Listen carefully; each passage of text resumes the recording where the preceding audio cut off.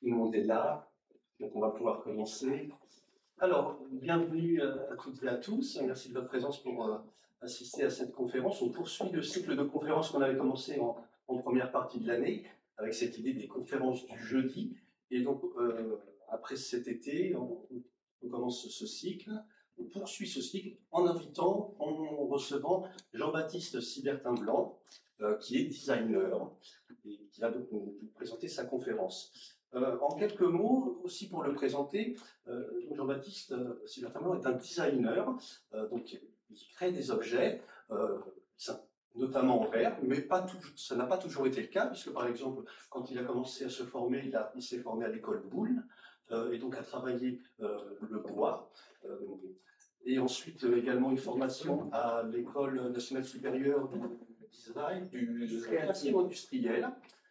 Voilà, qu'il a amené donc à s'intéresser à différents matériaux. Mais il y a un moment donné, dans son parcours, eh bien, il y a eu une expérience assez importante qui l'a ramené vers le verre, c'est d'avoir été le directeur artistique de la création à la célèbre manufacture Dôme à Nancy. Et cela peut-être pendant près de 12 ans, me semble-t-il. Donc c'est une expérience vraiment très proche du matériau verre. Parallèlement des cours enseignés à l'école, cette fois-ci supérieure d'art décoratif à Nancy, l'art et le design de Nancy, l'art et le design de Nancy. Donc c'était voilà, donc je pense un moment assez important qui l'a rapproché au verre. Je voudrais aussi citer des expériences plus récentes, celle d'avoir eu une résidence d'artiste au Musverre de Sars-Poterie, un autre musée du verre, qui l'a amené à s'intéresser aux matériaux verts, mais dans une relation au langage, on pourrait dire ça de cette manière-là, de manière qui a abouti d'une certaine manière à créer des lettres de verre.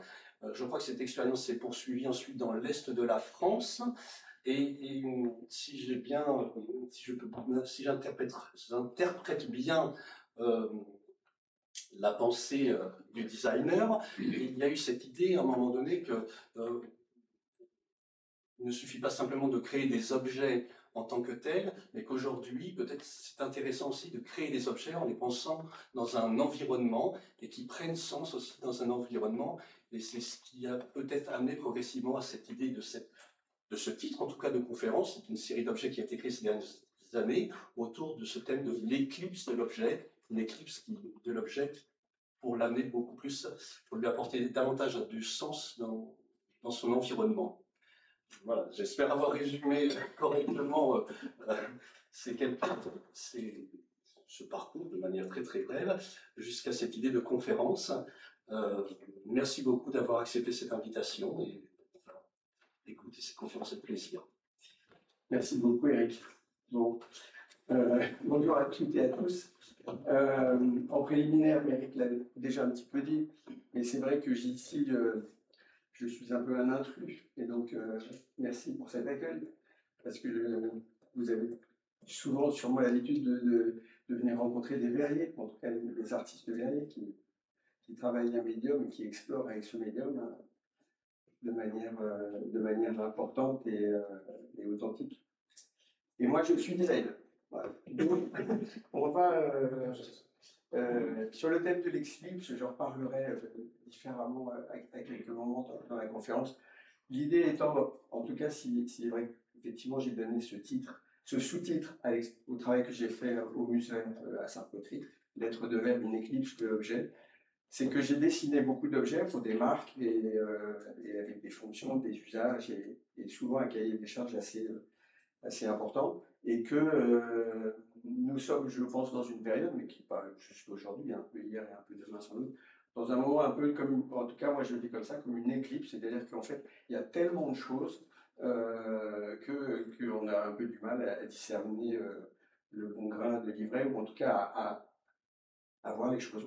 On est tous submergés d'images, et aussi bien dans le monde de l'art que dans le monde du design. Et moi, j'ai voulu prendre un petit peu de recul il y a en 2017-2018, et c'est un peu là que j'ai commencé à mettre autour d'un certain nombre de projets cette notion d'éclipse. L'éclipse, c'est pas l'idée de la dépression, c'est pas qu'on voit plus rien, qu'on verra plus jamais rien. L'éclipse, c'est qu'il y a un moment donné où on ne voit plus, en tout cas la source, en l'occurrence, a priori de la Lune, mais qu'autour, il y a beaucoup de lumière. et que moi je vais plutôt peut-être chercher aussi un peu dans cette lumière des inspirations, ou en tout cas une manière de réfléchir à de nouveaux projets. Alors, voilà, pour parler un petit peu de design au départ et essayer de matérialiser un peu la différence entre ce qu'est un artiste et un designer, voilà, je pense que nos lointains ancêtres faisaient du design. En fait, le design, c'est de faire un outil, enfin, de créer un bel outil, enfin, de dessiner un bel outil. Et ces gens-là, quand même, avec énormément d'intelligence, ils avaient besoin d'un couteau, en tout cas de quelque chose, et voilà, ils percutaient comme on sait. Je crois qu'ils avaient une capacité d'anticipation de 12 à 13 ou à 15 coups. C'est-à-dire qu'en fait, quand il y en a quelques-uns aujourd'hui, hein, qui sont encore capables de tailler l'obsidienne comme le faisait nos ancêtres, quand ils tapent, quand ils percutent la taille conchoïdale, ils savent, ils anticipent sur 15 coups derrière. Ce qui veut dire quand même qu'il y avait quand même un cerveau qui fonctionnait extrêmement bien par rapport à un besoin. Je passe. Je fais un tout petit, voilà, une image sur effectivement, Eric a dit, j'ai un CAP d'ébéniste, marketeur et Goldbull. Donc voilà, j'ai fait de l'ébénisterie pendant 5 ans dans différents ateliers. Et puis en 82, il y a une école de design qui se crée à Paris, qui s'appelle l'École nationale supérieure de création industrielle. C'est Jacques Lang et Fabius à l'époque qui sont les deux ministres instigateurs de ce sujet. Moi, j'ai la chance de rentrer dans cette école et de finir un diplôme en 87. Et je garde le titre de ce diplôme parce que en fait, c'est quand même, enfin, voilà, quand on est dans le pays du verre, en tout cas dans cet univers-là. Et quand je suis retombé sur le titre de mon diplôme, j'avais présenté 3 objets. C'est la transparence, c'est la souplesse, c'est l'apparence de fragilité, donner force aux objets.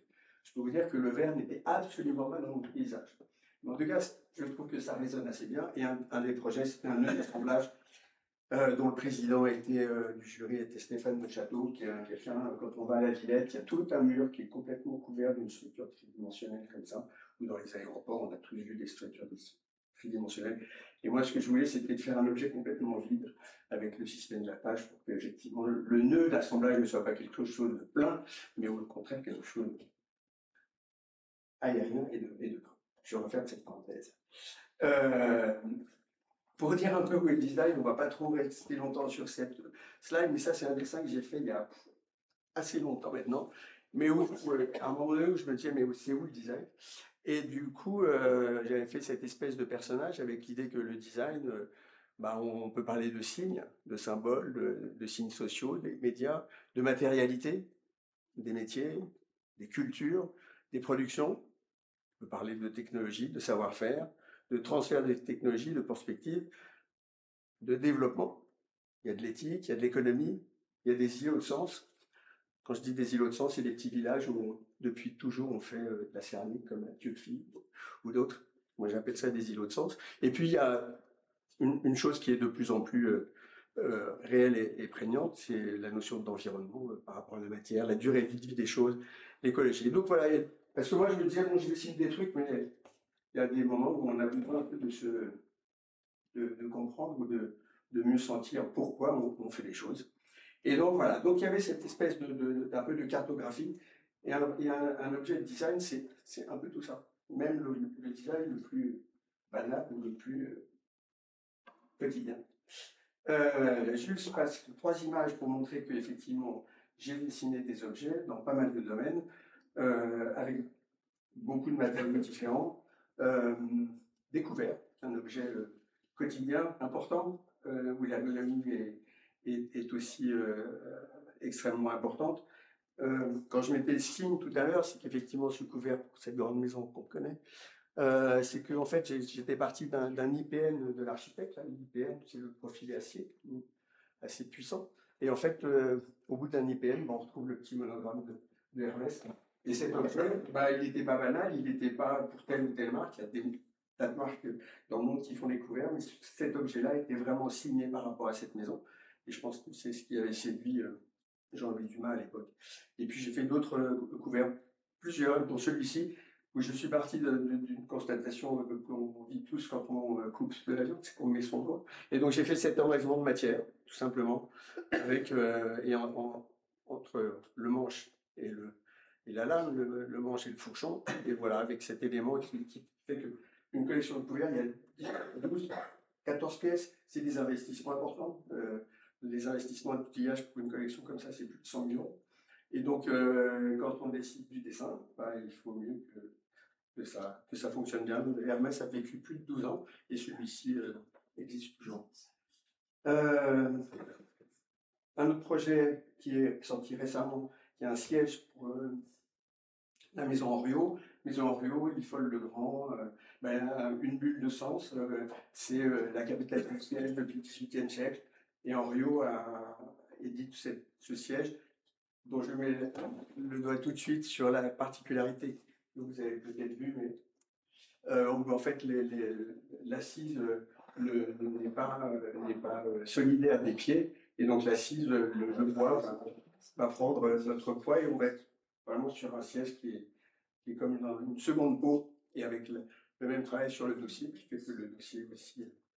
Alors, souvent, c'est des choses qu'on a beaucoup connues après le Bauhaus dans les sièges en métal, enfin, ou le tube en métal, on avait une espèce de souplesse, mais dans le bois, et pour avoir bien creusé le sujet, avant de me lancer dans cette aventure, il y avait peu de sièges, sauf les sièges en contreplaqué, à Barato et tout ça dans les années 60, mais du siège massif dans la plus pure tradition du siège, ça n'existait pas. Et le CNAP, le Centre national des arts plastiques, a acquis cette pièce. Et puis un dernier projet en matière de design, ou en tout cas d'intérêt ou de recherche sur les matériaux, c'est une pièce que j'ai faite pour la galerie Mika, qui me demandait de travailler avec une brodeuse. Et moi, j'avais été fasciné par une technique, le point de nœud, que cette brodeuse travaille très très bien, et par rapport aux vibrations, la palette de couleurs des brodeurs et des brodeuses, qui moi m'avait énormément séduit. Et je ne voulais pas du tout aller dans un objet décoratif comme les brodeurs ou les brodeuses savent si bien faire, mais aller travailler plutôt sur la lumière. Donc il y a une lampe, une OLED qui est derrière cette toile de lin blanchie à l'ozone, à la rosée. Vraiment, enfin, c'est une matière extrêmement propre. Et ce travail de broderie a présenté un temps dont je ne vous le dirai pas, mais en tout cas, c'était une espèce d'éloge de la lumière. Voilà. On va bientôt rentrer dans le sujet. J'ai laissé cet ouvrage parce qu'en fait, c'est une couverture qui est illustrée avec des travaux de Jean-Pierre Daguerre. Bon, certaines pièces sont à l'entrée. Et c'est un ouvrage que j'ai fait en 2017, où ça fait 30 ans que je fais du design, et je voulais un petit peu, pareil, me dire, bon, ok, c'est un métier qui évolue, comme le métier des photographes, comme le métier des musiciens. Le designer n'aura pas le même rôle dans 10 ans que moi j'ai pu l'avoir dans les années 90. Et donc voilà, j'ai voulu réfléchir à ce que j'avais fait et à me dire, mais qu'est-ce que je vais faire dans les 30 ans qui viennent. Soyons optimistes. Et du coup, il y a eu 5 chapitres dans cet ouvrage, partagé, parce qu'en fait, le travail du designer, c'est un travail de partage. On aime faire des choses, comme un artisan ou comme un artiste. On voyage dans sa chambre ou dans le monde, on dessine et on touche. Donc voilà, donc il y avait ces 5 chapitres. J'en dis pas beaucoup plus, et dans chaque chapitre, il y avait des objets, des projets que j'avais faits à droite et à gauche, où voilà, j'essayais de donner des clés de lecture au projet à travers ces 5 chapitres. Et chaque chapitre était en entrée avec un entretien avec Anne Bonny, qui est historienne des métiers d'art, pour le chapitre faire, avec Paul Andreu, l'architecte et designer sur le sujet du dessin, touché avec Yves Michaud, philosophe et qui a été le patron des Beaux-Arts de Paris dans les années 2000. Voyager avec Alain Lardet, qui a été à l'origine de la Paris Design Week, et partager avec le directeur de l'École des Beaux-Arts. Bref. Voilà. Et donc aujourd'hui, l'idée c'est que je vais vous présenter quelques projets, mais pas trop, mais quelques-uns, sur ces cinq thèmes. L'idée c'est que tout objet, il y a toujours un usage, une fonction.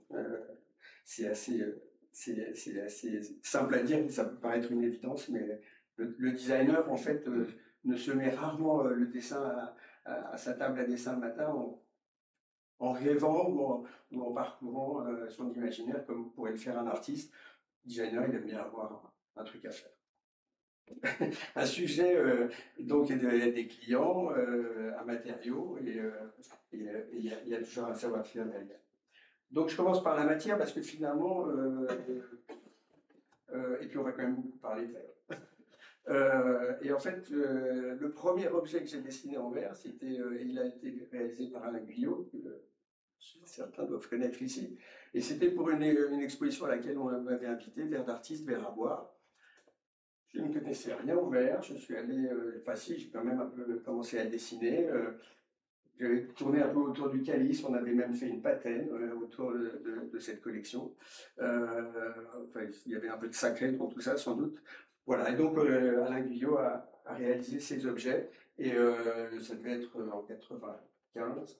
Et voilà, c'était une première aventure qui en a appris d'autres.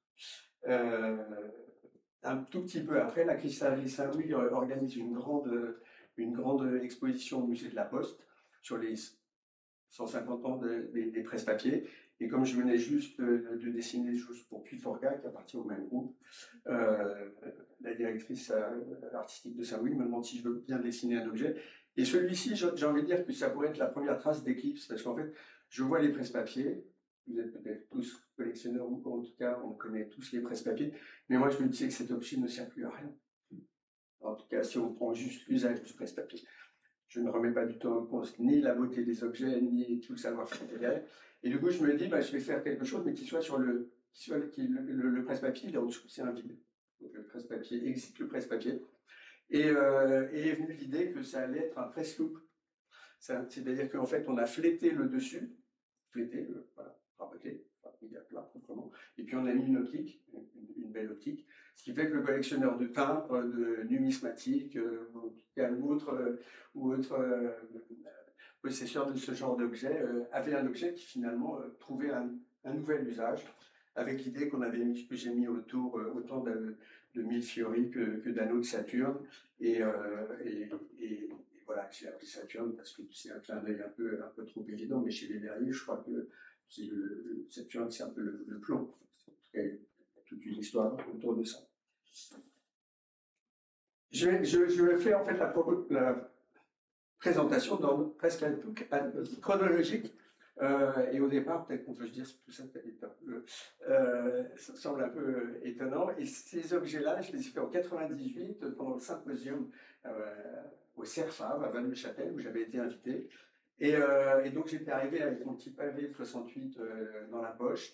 Et je m'étais dit, parce qu'en fait, je me disais, dans les carafes de bistrot à Paris, qui ont des formes absolument d'une banalité terrifiante, si jamais, en fait, une carafe sur un bistrot, on retrouvait la forme du pavé de Paris. Donc, quand j'avais fait le pavé en pâte de verre, on avait fait des moulages pour eux. Et puis, on est allé assez loin avec Art International sur cet objet. Et moi, je me disais que dans les bistrots de Paris, si on trouve un signe des bistrots, ça peut être sympa. On est allé assez loin. Et Art International, quand l'objet est sorti à, je ne sais plus très bien, mais à 1,12 €, plus tout ce qui pouvait aller derrière. En fait, les carafes dans les bistrots sont des objets qui sont donnés et donc, on rentrait dans une économie qui ne marchait pas. Mais je regrette parce que je pense que cet objet aurait eu. Donc voilà. Et puis, il y a eu après une exposition qui s'appelait Détournement et récupération. Et j'avais mis cet objet dans cette. Voilà, on est dans la matière. Et donc, alors là, quand je dis chronologique, j'exagère un peu parce qu'en fait, j'ai découvert l'obsidienne il y a maintenant une quinzaine d'années. Et grâce à Michel Deragobian, qui a créé cette maison qui s'appelle Cubar, c'est l'obsidienne d'Arménie sur les monts, sur les flancs du mont Ararat. Et ce qui m'a assez fasciné assez rapidement dans cette matière, c'est que c'est un verre parfait, c'est de la silice pure. L'obsidienne d'Arménie est la seule qui est translucide avec ce côté un peu fumé. Toutes les traces que l'on voit en fait sont des traces d'oxyde et de minéraux. Et en fait, il y a 2 millions d'années, elle a environ 2 millions d'années, cette obsidienne qui ramasse des gros blocs comme ça sur les flancs du mont Ararat. C'est à peu près sur l'échelle de Meaux qui est sur à peu près 4, je crois que c'est à peu près l'équivalent du cristal, c'est pas très dur. Si on le fait tomber par terre, ça perce comme du verre. Chez d'autres, j'avais essayé de mélanger un peu d'obsidienne broyée et puis un peu de cristal, et le fait qu'il y ait une coefficient de dilatation fait qu'on a explosé dans tous les sens. Mais ça pourrait se travailler comme de la pâte de verre si on restait juste obsidienne. Donc, il y aura quelques autres objets plus tard que je montrerai, mais c'est une matière qui me fascine bien.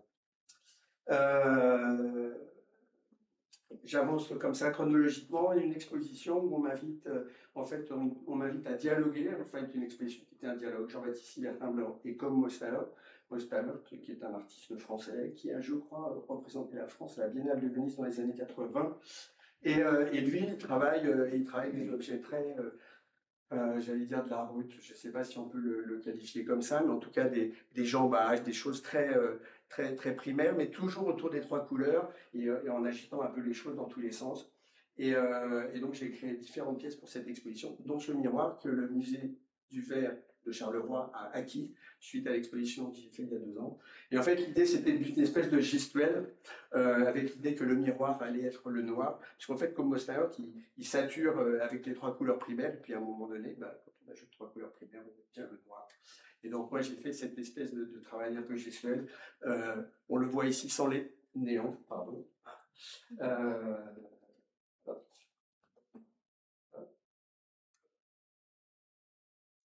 On est là, ouais. On le voit sur les néons, parce qu'effectivement, la photo, dans un univers plus sombre, elle pourrait être un peu difficile à comprendre. C'est un objet qui était assez complexe à fabriquer. J'aime beaucoup le néon, et curieusement, dans les quelques années qui viennent, je pense que ça sera plus possible de faire du néon. Il reste quelques néonistes, mais voilà. Et donc, comme le métier de designer change, parce qu'en fait, on s'adapte ou à de nouveaux matériaux, ou à de nouveaux médiums. Et c'est vrai que ce travail en néon, il y avait une très belle exposition sur le néon à la Galerie Rouge à Paris il y a quelques années.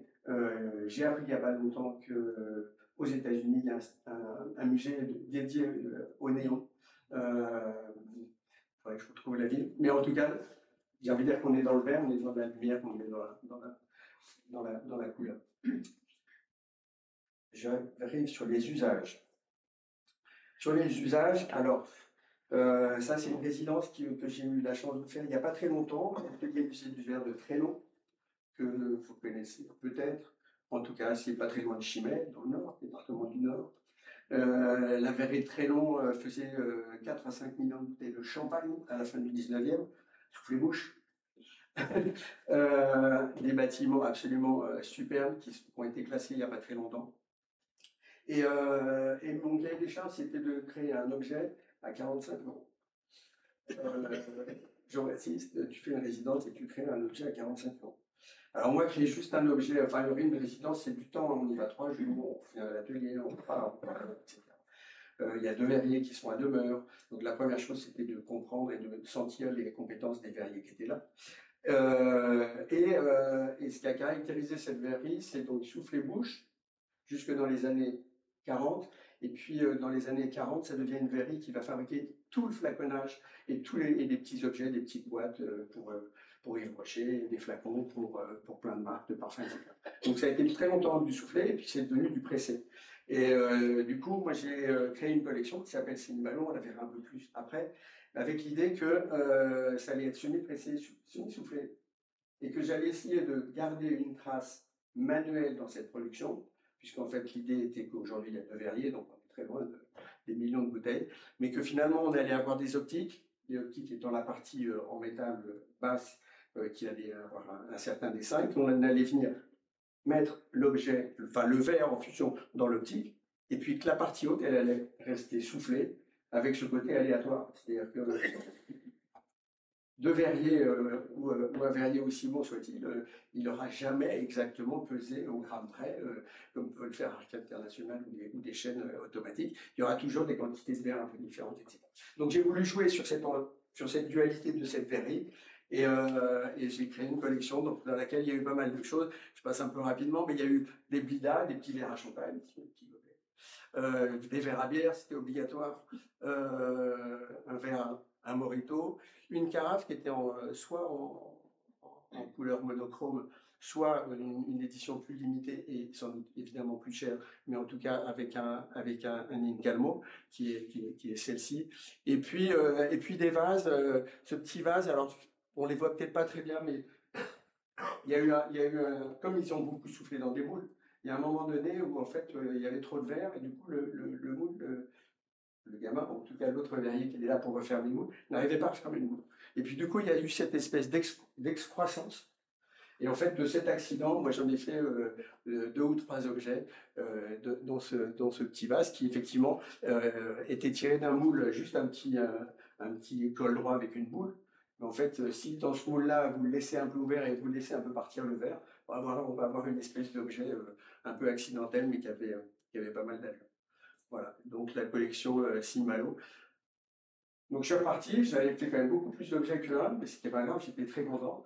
Le sujet après, c'est comment un lieu, une bulle de sens, pour reprendre l'idée tout à l'heure, vit avec ça. Et comment il va le commercialiser, comment il va le diffuser, comment il va. Et dans cette chaîne, bah, le designer, il arrive à une étape, mais l'après, il ne le gère pas. Et j'ai envie de dire que cette collection ne vit pas autant que j'aurais souhaité qu'elle vive.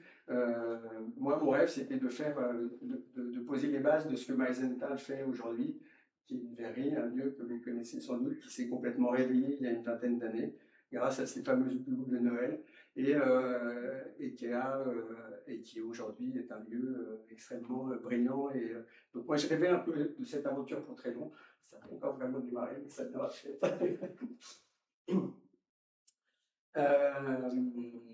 Fonction ou usage, ça c'est une collection, c'était une galerie à Paris qui s'appelle la Grandville Galerie, elle était initialement à Grandville, et elle faisait assez régulièrement des expositions en invitant des designers, et elle avait lancé un thème sur le thème de l'amphore. Et moi j'ai proposé cet amphore. C'est un objet qui résonnait bien dans mon imaginaire d'enfant, l'amphore, cette espèce d'objet qui ne tient pas debout, qui ne tient que parce qu'il y en a d'autres à côté, etc. Et c'est un peu un des premiers projets que j'ai fait avec Stéphane Lefebvre, SAB, une boîte à Joinville-le-Pont, qui est le verre à la flamme. Et j'aime beaucoup le verre à la flamme. C'est une espèce de précision. Je dis souvent que ce sont des chaudronniers du verre, c'est-à-dire qu'en fait, avec des tours et avec, avec leurs chalumeaux à l'endroit très différents du travail de Jean-Pierre Macaire. Et ce sont des verriers qui peuvent avoir un travail d'une incroyable précision. Et donc, on avait réalisé ces carafes qui s'appellent l'amphore, avec l'idée qu'elles étaient vendues avec une jolie pipette. Pour effectivement, si cet objet est un flacon à whisky ou à armagnac, je vais prendre ma pipette et je vais pouvoir aller, parce qu'en fait, c'est pas très agréable, pas très pratique à verser, mais avec la pipette, aller remplir mon verre de l'élixir qui va bien. Une autre forme de flacon, que Antoine, je crois que tu connais, parce qu'on les a exposés ensemble il y a quelques années. Mathéo Guenet, verrier extrêmement prolixe, qui a créé la verrerie Glassworks en Suisse, tout près du Vitra Design Museum, qui réalise beaucoup de travail de Jean-Michel Otoniel, qui fait ce travail avec des boules de verre, qui a fait des très très belles fontaines à Versailles, qui a fait la station de métro du Palais Royal. Et donc Mathéo nous invite, quand je dis nous invite, quelques designers, à travailler sur le thème de l'urne funéraire. Et c'est évidemment un sujet sensible, mais moi j'étais très content de réfléchir à ce sujet, parce qu'en fait d'abord on est tous confrontés à ça, à un moment ou à un autre, et ça me faisait réfléchir à ce que peuvent représenter des cendres. Pardon si j'évoque un sujet sensible pour certaines personnes à un moment, mais cette matière, en fait, cette matière est une matière inerte qui n'a plus aucune autre valeur qu'une valeur symbolique. Et pourquoi on la cache? Donc, cet objet-là, qui était une petite architecture en médium, ressemblant un peu à du marbre de Carrare, avec des trous, des ouvertures, et à l'intérieur, vous glissez un flacon qui allait globalement faire la contenance d'à peu près un peu plus d'un litre, ce qui est a priori le volume de nos cendres, et que ce flacon allait avoir 2 faces dépolies, sablées. On verrait les cendres un peu, et puis 2 autres faces polies. Et donc les cendres sont là, avec l'idée que peut-être ce flacon un jour j'irai le jeter à la mer ou le mettre quelque part, et que cet objet qui resterait était plein de vide, mais plein de vides lumineux et une présence indéniablement. Voilà, donc cet objet n'a jamais servi, mais il a été, depuis sa création, beaucoup exposé et c'est une fonction, c'est un usage, c'est une symbolique, c'est un signe, c'est beaucoup de choses. Et puis, on passe à un sujet beaucoup plus radical, qui est un projet que j'ai fait pour la galerie Saint-Gobain en 2000. Saint-Gobain, on connaît tous Saint-Gobain. Et donc, Saint-Gobain se dit, tiens, mais si on faisait du carrelage mural en verre, on vend des millions de mètres carrés de carrelage de faïence, de grès, mais il n'y en a pas en verre. Et donc, on est choisi avec Patrick Nadeau, qui est architecte, et moi pour réfléchir à ce sujet. Et il y a eu une collection, je présenterai que cette image, qui s'est appelée Feeling. Ça a été un énorme travail, ça m'a permis de rentrer pour la première fois dans un float. C'est-à-dire que si vous avez l'occasion de faire cette expérience, n'hésitez pas, c'est quand même un assez grand moment. En fait, en termes de puissance, il y a 2500 mètres cubes de verre en fusion, 1250 degrés, 24 heures sur 24, 365 jours sur 365, 4500 mètres cubes heure de gaz. Alors, quand on parle d'environnement, ça peut un peu lancer des questions. En tout cas, Saint-Gobain, donc très très grosse machine.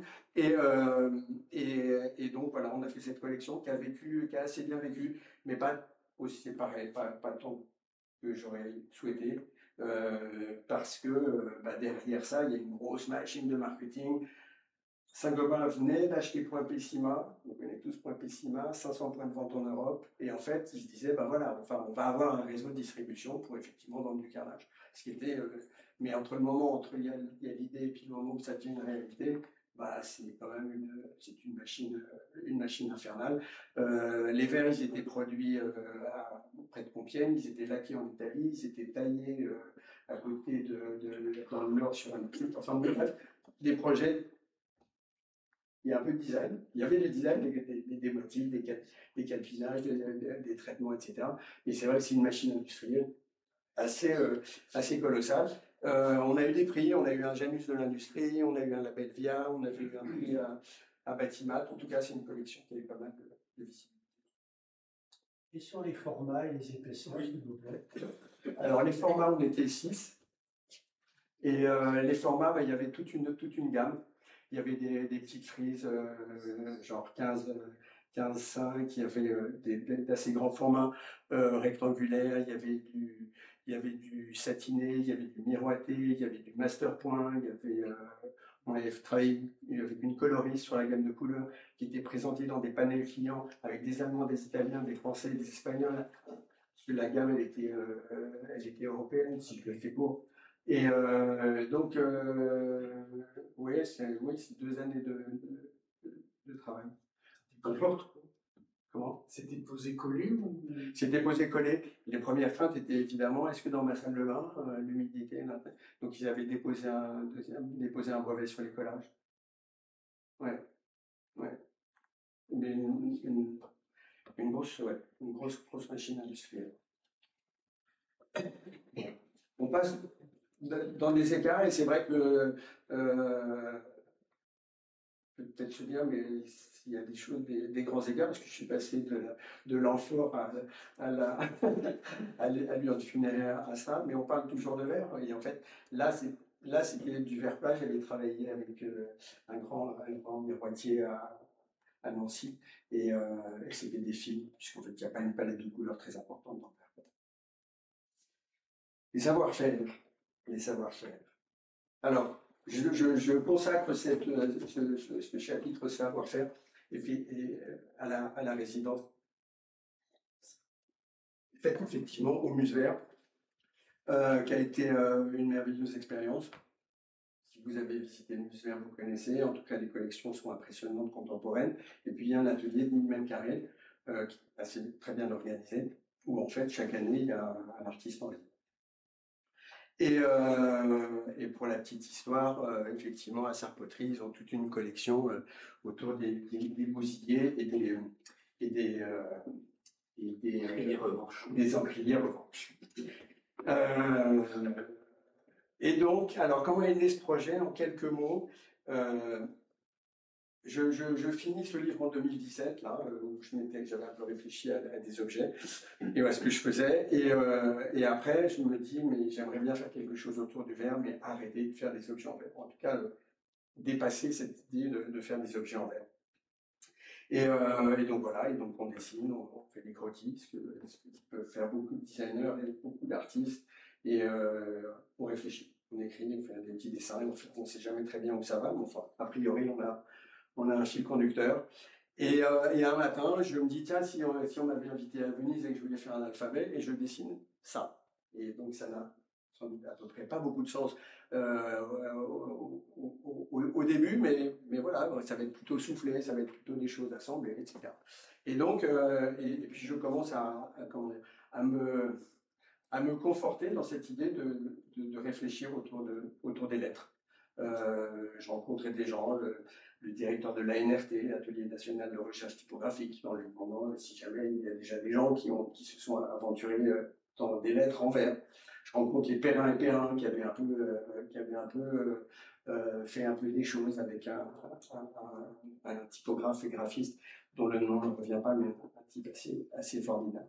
Et puis je liste tous les mots des verriers, un peu comme je me prends Perrin. Enfin, en tout cas, j'essaie de rentrer dans l'univers des verriers, mais avec la plus grande liberté. Je ne suis pas en train de dessiner un flacon pour Maison Berger ou des gobelets, mais j'essaie de réfléchir à cette matière et ce que je pourrais faire avec.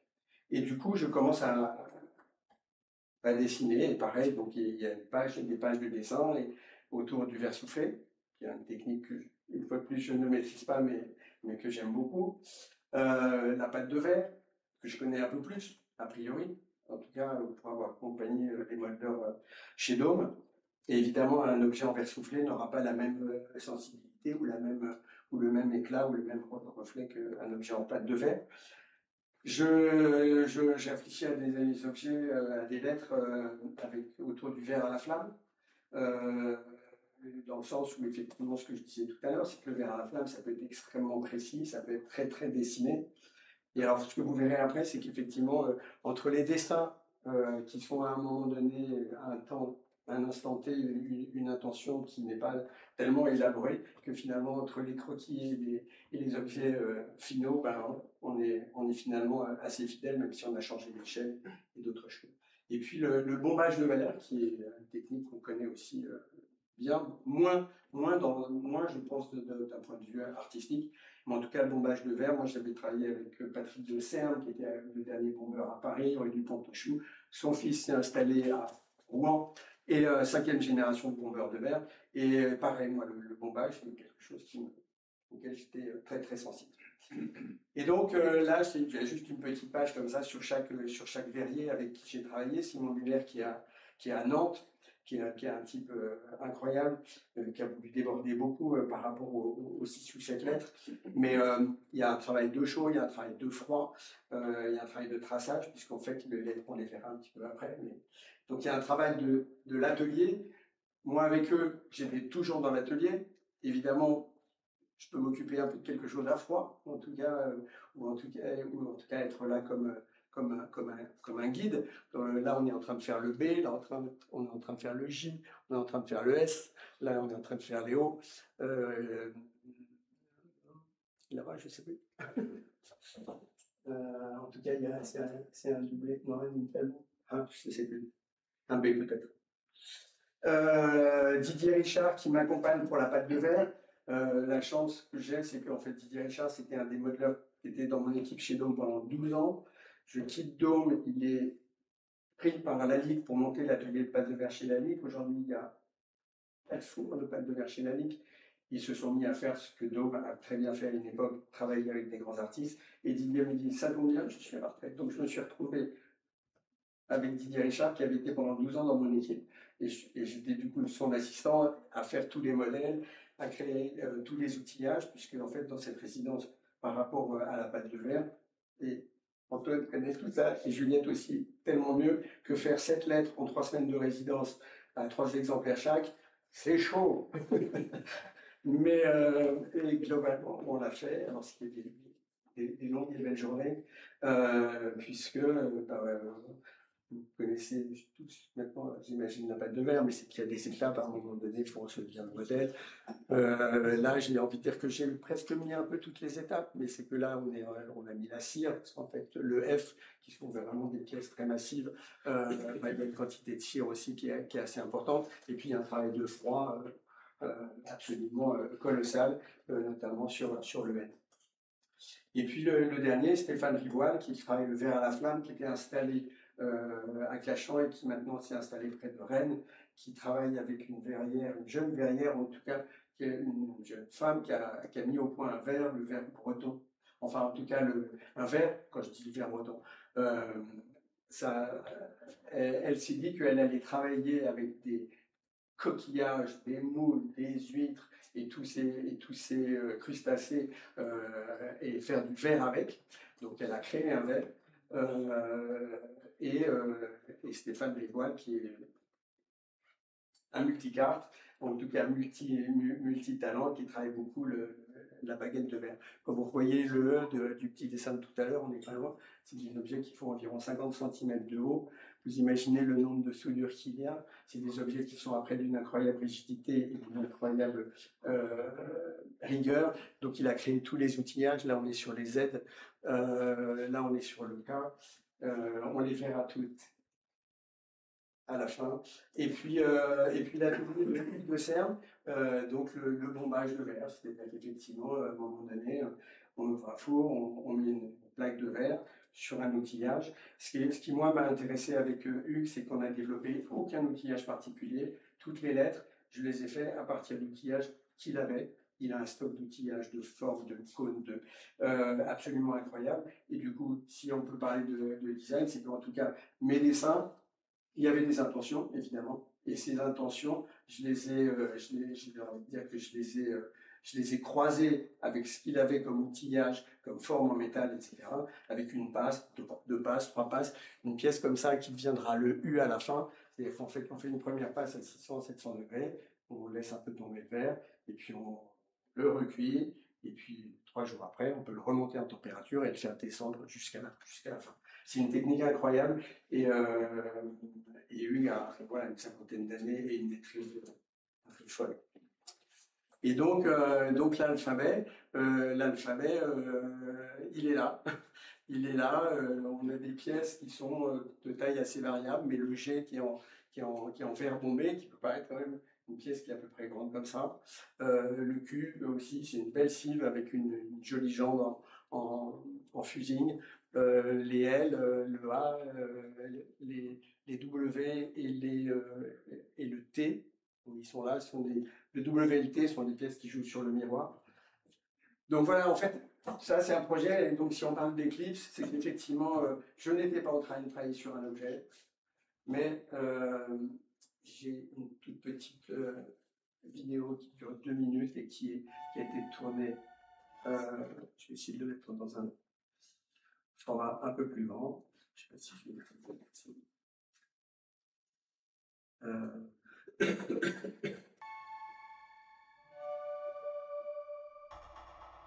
J'ai vécu ce projet comme une magnifique opportunité de prendre du recul par rapport au monde des objets que je connais bien. J'ai aussi souhaité donner à cette exposition un sous-titre, une éclipse de l'objet. Sous-entendu, nous sommes entourés de tellement d'objets que nous ne les voyons plus. C'est ainsi que s'est dessiné ce projet. À la frontière de l'art et du design, une lettre est un objet, mais aussi une lettre est une expression artistique que j'ai pu développer dans ce musée.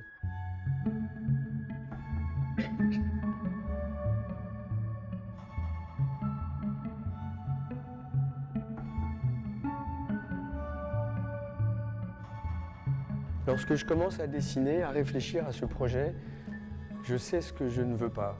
Je cherche tout sauf un objet lisse, une sculpture silencieuse et abstraite. Je cherche des signes méconnus et connus, de petites architectures qui prendraient vie dans l'espace et dans la lumière. Je m'attache à trouver une écriture nouvelle, singulière, que je n'ai pas abordée dans le dessin des objets.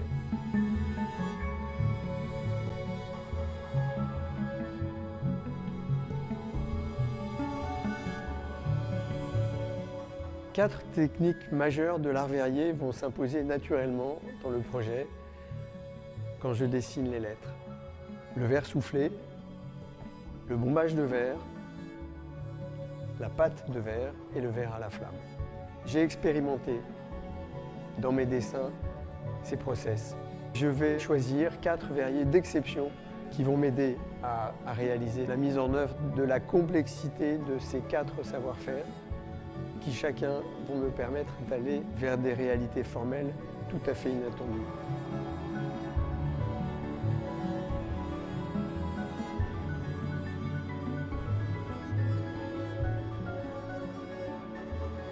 Un des objectifs essentiels de ce projet serait et sera d'écrire dans l'espace, d'accrocher les lettres comme des nuages de mots, de pouvoir tourner autour, d'en avoir une lecture abstraite et littéraire et de découvrir une espèce de labyrinthe de couleurs, de textures, de fils, d'accidents, de masses, de rondeurs.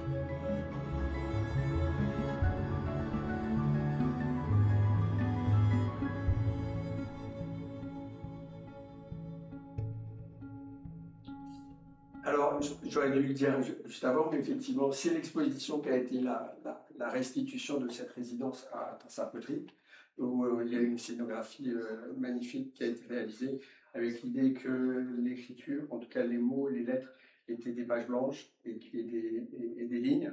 Et donc le scénographe a composé cette scénographie qui était absolument incroyable. Et puis ce que je n'ai pas dit aussi avant, c'est qu'il y a eu un catalogue qui est assez beau, je m'en veux de ne pas l'avoir apporté aujourd'hui, dans lequel Antoine a écrit un très beau texte sur ce que le verre fait à la lettre. Il y a eu un beau texte de Jean-Luc Nancy, philosophe. Il y a eu un texte de Thomas Hulot-Marchand, donc le directeur de l'Atelier national de recherche typographique sur la lettre. Qu'est-ce que c'est qu'une lettre en 3 dimensions et en lumière. Et puis un autre texte de Dominique Soupirot et voilà. Et puis, alors effectivement, je dis à un moment donné que mon souhait, ça serait d'écrire dans l'espace. Quand je vois la petite chapelle en bas, je me dis que j'ai vu qu'il y avait des choses pour suspendre. Je me suis dit, ça serait formidable. En tout cas, plus honnêtement, pour le moment, je l'ai fait à Biot, parce qu'en fait, en ce moment, il y a une exposition à Biot. J'ai la chance d'être invité d'honneur cette année de la Biennale des Verriers avec Renata Chion, qui est finlandaise. Donc, on a deux travaux de réalisation très très différentes, mais qui se combinaient très bien. Et puis la petite église de Biot, si vous la connaissez, c'est une des 4 églises en France du XVIe siècle, où en fait on descend. Et puis il y a plein de petites chapelles sur les côtés. Ça, c'est la chapelle de l'Ermite, où j'ai écrit Souffle.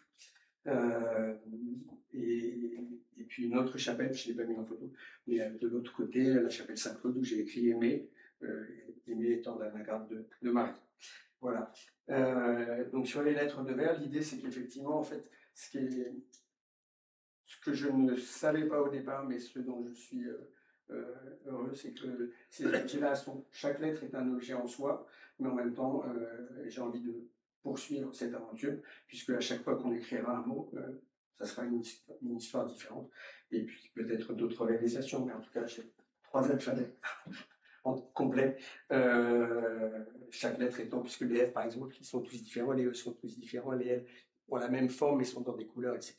Et donc j'ai une espèce de palette de formes, de couleurs et de textures assez riche. Et sur ce dernier sujet, finalement, avant de rentrer chez les clients, ça c'est un projet que Eric a un peu effleuré tout à l'heure, parce qu'en fait en 2022, année internationale du verre, la région Grand Est voulait avoir une exposition qui raconte ce matériau dans le Grand Est. Il paraît qu'il y aurait 95% des matériaux dans le Grand Est, pas un peu beaucoup, mais en tout cas, et de fil en aiguille, moi j'avais fini cet alphabet de verre, je suis rentré en contact avec Christophe Delavenne, qui était vraiment un peu le patron des métiers d'art dans le Grand Est, et petit à petit, j'ai commencé à lui dire, on pourrait écrire une histoire du verre dans le Grand Est, en lettres de verre, et donc j'ai construit un projet et j'ai rencontré 13 verriers de la région, Simon Marc à Reims, j'ai vu Gérald Batrin, j'ai fait 2000 km pendant 3-4 jours avec Christophe Delaveine. J'avais choisi 13 ateliers, Baccarat, Saint-Louis aussi, mais on n'a pas pu faire avec Saint-Louis. Et j'ai dessiné une pièce pour chacun de ces ateliers. Et l'exposition finale a été c'était 200 mètres carrés au Prémontré. J'ai pas réussi à avoir de pièces d'Antoine parce qu'il y avait, à la fin, il y avait plus de sous pour les assurer, mais les pièces d'Antoine étaient présentes en photo et quelques autres, et beaucoup d'autres. Enfin, une pièce de Pascal Convert, une photo de Zoricha, il y avait 5 ou 6 artistes, mais en tout cas beaucoup de créations. Tout l'alphabet était là, sur des plots, un peu dans l'alphabet prenait à peu près cette place-là où j'avais écrit Dialogue pour mettre en valeur. Et puis cette pièce que j'ai créée, qui est le sous-titre de l'exposition Passé, Présent, Futur, avec Simon Marc. C'est un grand verre optique, un cristal, comment dire, un vitrail sans plomb. C'était un clin d'œil, mais et où en fait chaque lettre enfin le dessin original, et quand on voit la réalisation, c'est le vitrailliste. On lui donne un dessin, il sait le reproduire.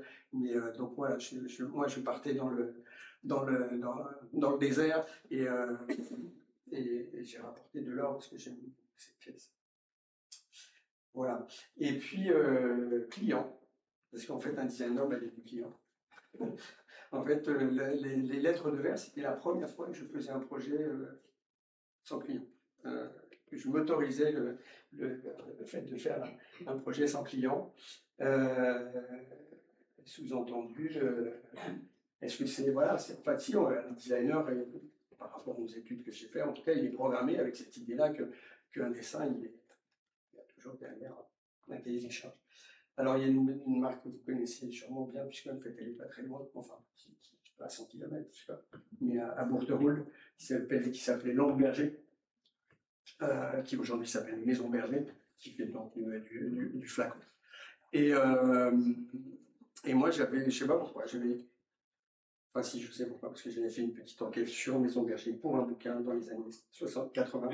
Et du coup, j'étais resté scotché sur Langue Berger, parce que Maison Berger a 4800 modèles. Il a travaillé avec des marques, il a travaillé avec des artistes, il a travaillé... Alors ça se voit moins sur les stands à Nature et Découverte ou à la Droguerie du Coin, mais en tout cas, c'est une marque. D'abord, c'est un produit assez sain, en fait, puisque c'est tuer des molécules de sang mauvais pour les remplacer par des molécules de sang bon. Enfin, c'est un journaliste qui disait ça de manière un peu drôle, mais c'est vrai.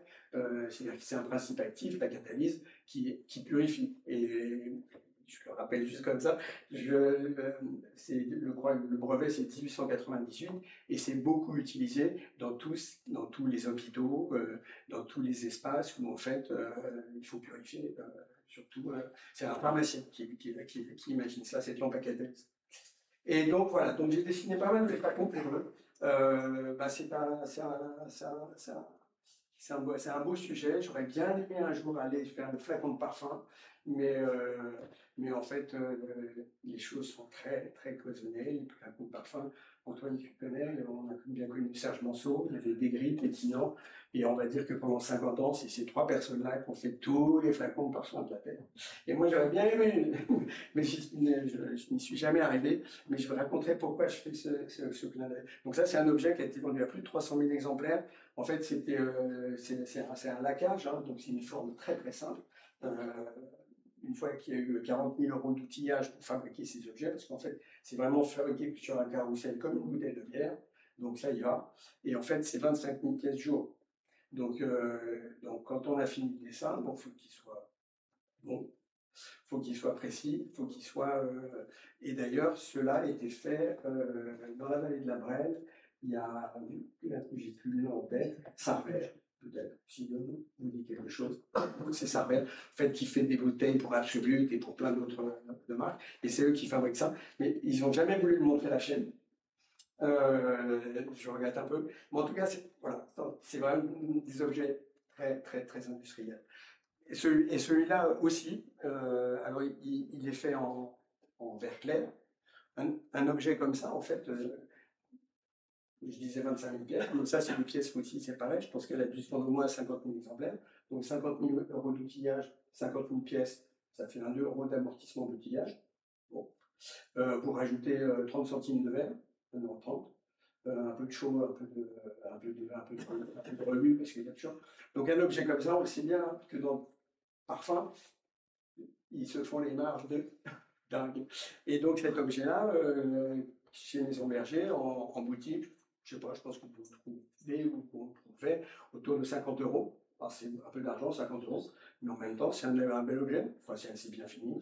Il y a la lèche, il y a tout ça, il y a le petit sachet, il y a souvent un petit litre d'alcool. Ce que j'aimais bien avec cette pièce, c'est qu'en fait, elle est partie d'un dessin où il m'avait dit on travaille avec des verriers en Tchéquie, ils taillent vachement bien, etc.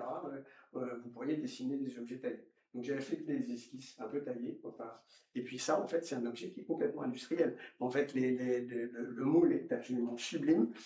Toutes les faces, elles sont légèrement incurvées. Le plan de joint, il passe sur les arêtes. Enfin, si on n'est pas un super connaisseur, en tout cas, on peut y voir une certaine qualité verrière. toute proportion gardée. Mais industriellement, c'est un objet qui est assez propre. Et donc, j'ai dessiné, oui, je sais pas, plus d'une vingtaine de modèles et assemblé, je le dis de temps en temps, parce que finalement, un designer, on se dit toujours, un designer, il fait un peu des pièces uniques ou des trucs, mais il y a eu plus d'1 million de lampes Berger vendues sur les différentes collections. Dont celle-ci, qui était plutôt un peu l'univers pharmaceutique. Et en fait, là, j'étais allé chercher, quand je parle de signes, j'étais allé chercher, et on le verra de manière subliminale, mais j'étais allé chercher Guerlain, en fait, le flacon de Guerlain, qui est extrêmement simple, sauf que avec l'idée que en fait, c'était des petites feuilles, c'était un motif qu'on a eu beaucoup de mal à mettre au point. En fait, c'était des petites feuilles complètement mélangées, etc., qui allaient finir pour former vraiment une espèce de petit croisillon et de petits dessins.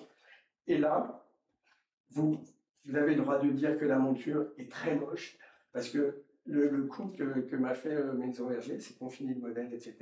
Industriellement, dont j'étais pas content pour différentes raisons, je ne rentre pas dans les détails. Et puis un petit peu silence radio, et puis il présente le truc à Maison Objet avec cette espèce de monture qui n'avait ni queue ni tête. Et en fait, ben voilà, donc le designer, quand il travaille avec une grande marque, à un moment donné, enfin, si on considère que Maison Berger est une grande marque, mais en tout cas, qu'à un moment donné, je peux dire qu'en fait, moi j'étais furieux, j'étais très mécontent. Alors, après, on ne sait pas si c'est grave que ça, mais si, c'est grave, en fait. Enfin, à un moment donné, quand on travaille sur un dessin, on peut être exigeant jusqu'au bout. Et une fois que le produit est présenté sur le stand de Maison Objet, je vais dire la marge de manœuvre est assez faible, parce qu'en fait, on dit quoi, alors vous arrêtez, vous détruisez le bouquin si j'étais un écrivain. Peut-être que j'aurais pu faire ça, mais après, faut peser le pour et le contre. Donc voilà, c'est aussi le genre d'exercice auquel il faut s'attendre ou se préparer. Alors, il y a aussi une marque, forcément, dont je vais parler un petit peu, mais puisque effectivement, en l'an 2000, cette belle marque cherche un directeur artistique. Ils ont mis un chasseur de tête sur le coup, etc. Et c'est moi qui sors du chapeau pour le dire comme ça. Je connais pas beaucoup le verre. Moi, quand même, j'ai enseigné un peu au CERFA. J'ai animé des ateliers au CERFA.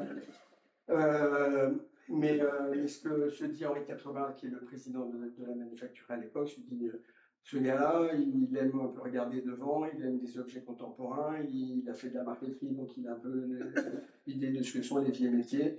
Et donc je me retrouve directeur artistique de la Cristal du Dôme, et de Cristal de Sèvres qui existe encore, de Tarot qui est un porcelainier, et de Audio qui est un orfèvre. Et donc je me retrouve directeur artistique de ces 4 marques. Et donc les premiers mois, je me déroule 1 heure Cristal de Sèvres, 1 heure Audio, et bon, c'était détail, mais c'était assez un travail assez intéressant. Alors là, je commence, parce que je ne vais pas montrer beaucoup de projets, mais je montre ce vase qui était vraiment une pièce qui était assez monumentale. Et effectivement, ce que je veux juste montrer à travers cet objet-là, et puis après je vais montrer quelques éditions là, c'est qu'effectivement, je ne vais pas faire mon design, je ne suis pas le Galliano de Dôme, je suis quelqu'un qui est au service de la marque, entre guillemets. J'avais un atelier, 7 modeleurs et développeurs, et l'idée c'est que la marque, elle avait, je sais pas, oui, à peu près 200 points de vente dans le monde. Il faut qu'une collection, il y avait 2 collections par an, il faut que chaque collection fasse plaisir aux Américains, aux Japonais, aux Russes et à Panama et nanana. Et une directrice marketing qui me dit: Jean-Baptiste, il me faut des trucs à 50 €, à 100 €, à 5 000, à 100 000. Et puis moi je bâtissais mes plans de collection. Et donc un plan de collection, globalement, janvier 2024, je travaillais sur le plan de collection de septembre 2025, voire ce janvier 2026, avec une avance, puisqu'en fait, un plan de collection, on avait remodelé tout le schéma et toute la structure des développements des produits. Je pense que c'est la seule cristallerie qui avait ça par rapport aux autres. Et quand je parle des autres, c'est Dali, Baccarat et Saint-Louis. Aucune autre cristallerie avait une structure de développement aussi structurée, avec l'idée que, effectivement, il y a toute une phase de dessin de recherche avec mes équipes. Il y avait une phase de validation par l'industriel des investissements d'outillage et du prix final en boutique. Donc des réunions tous les 15 jours avec le directeur industriel, directrice marketing, la présidente de temps en temps, mon responsable d'atelier et moi, et mon responsable d'atelier. Et donc, je peux vous dire que quand on passe de l'atelier où j'étais quand même assez tranquille à faire des petits trucs, là, c'est un exercice qui était, en tout cas, qui m'a beaucoup plu.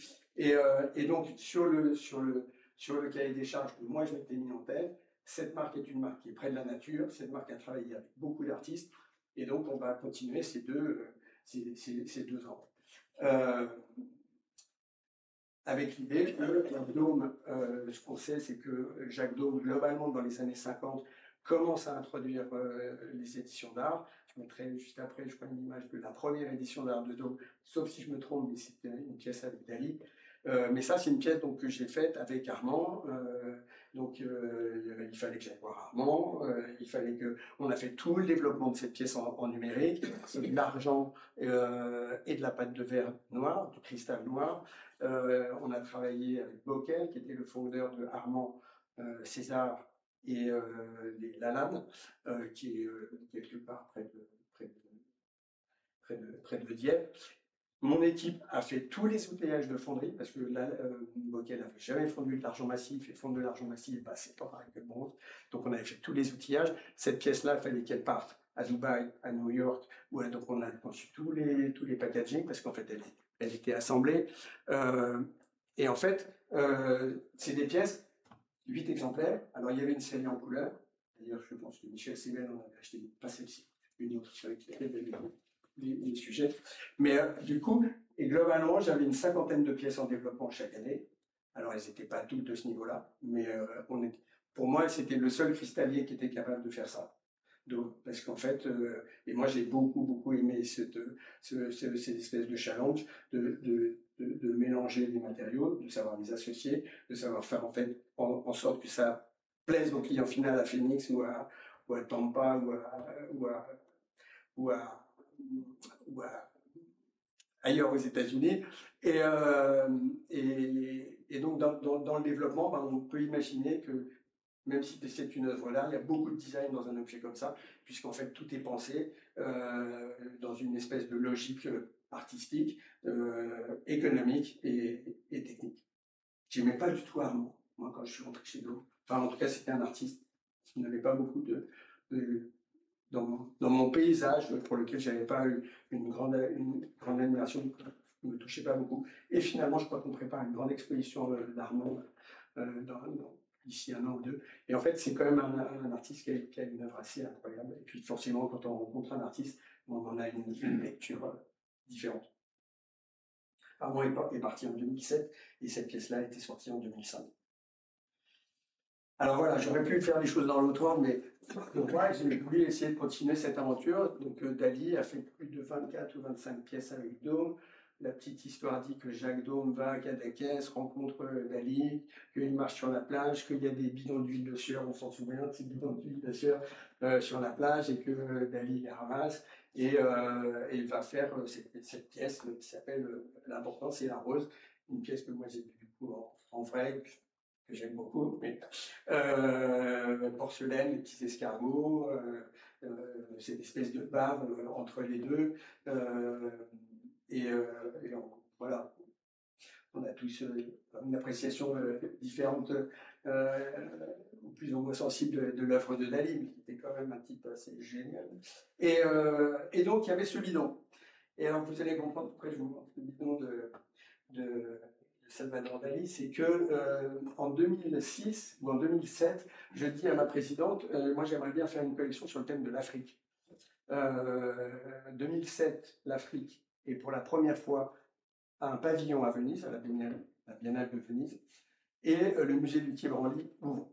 Donc ça veut dire que l'Afrique commence à rentrer dans le paysage artistique mondial. Et ma présidente dit oui, ok, vas-y, fais une collection sur le thème de l'Afrique. Alors sur le bestiaire, je n'ai pas de problème de faire des animaux de la savane. Sur le paysage, je reprends un thème que Do avait utilisé, le cactus, dans les années 2000 avec Hilton McConico. Donc voilà. Et puis sur l'art, je vais une très grande exposition à ce moment-là qui s'appelle Africa Remix, qui voyage un peu dans le monde entier. Je vais en Afrique du Sud voir la dernière présentation d'Africa Remix. Je rencontre des artistes africains, dont Romuald Dazoumé. Je vais le voir ensuite au Bénin. C'est un artiste qui a eu la Documenta. 6 mois après, moi je suis allé le voir, ça n'a rien à voir, pas de relation de cause à effet. Il a le prix de la Documenta, qui est quand même un prix absolument dingue. Et en fait, qu'est-ce qu'il fait à travers le bidon? Il fait des masques, des masques et des masques. Il dénonce le trafic pétrolier entre le Nigeria et le Bénin. Il y a des gamins qui se baladent, vous imaginez le nombre de litres d'essence qu'il y a là-dessus, qui sont des bombes volantes, et tout son travail est autour de ça. Et du coup, on fait 2 pièces avec lui, dont ce bidon. Et franchement, c'était pas gagné quand je reviens du Bénin et je me découvre. Parce que ma précédente, c'était plutôt le monde de l'art, tout ça. C'était pas top. Mais, donc, Romuald Dazoumé m'envoie les bidons. On scanne les bidons. Il était hors de question d'enlever la patine des bidons, des machins. Et puis cette pièce sort à 8 exemplaires, avec une petite ticket en argent massif. Et puis on a fait des éditions avec le musée du Quai Branly. Je suis allé choisir des pièces dans les collections du musée du Quai Branly. On les a scannés, numérisés, on a fait des modèles. Je vous passe les détails. On fait la présentation de la collection au Quai Branly. Je valide à un certain moment donné les couleurs, le choix des couleurs. On avait fait 5 pièces des collections du musée du Quai Branly, dont une art, une pure merveille, à 8 exemplaires.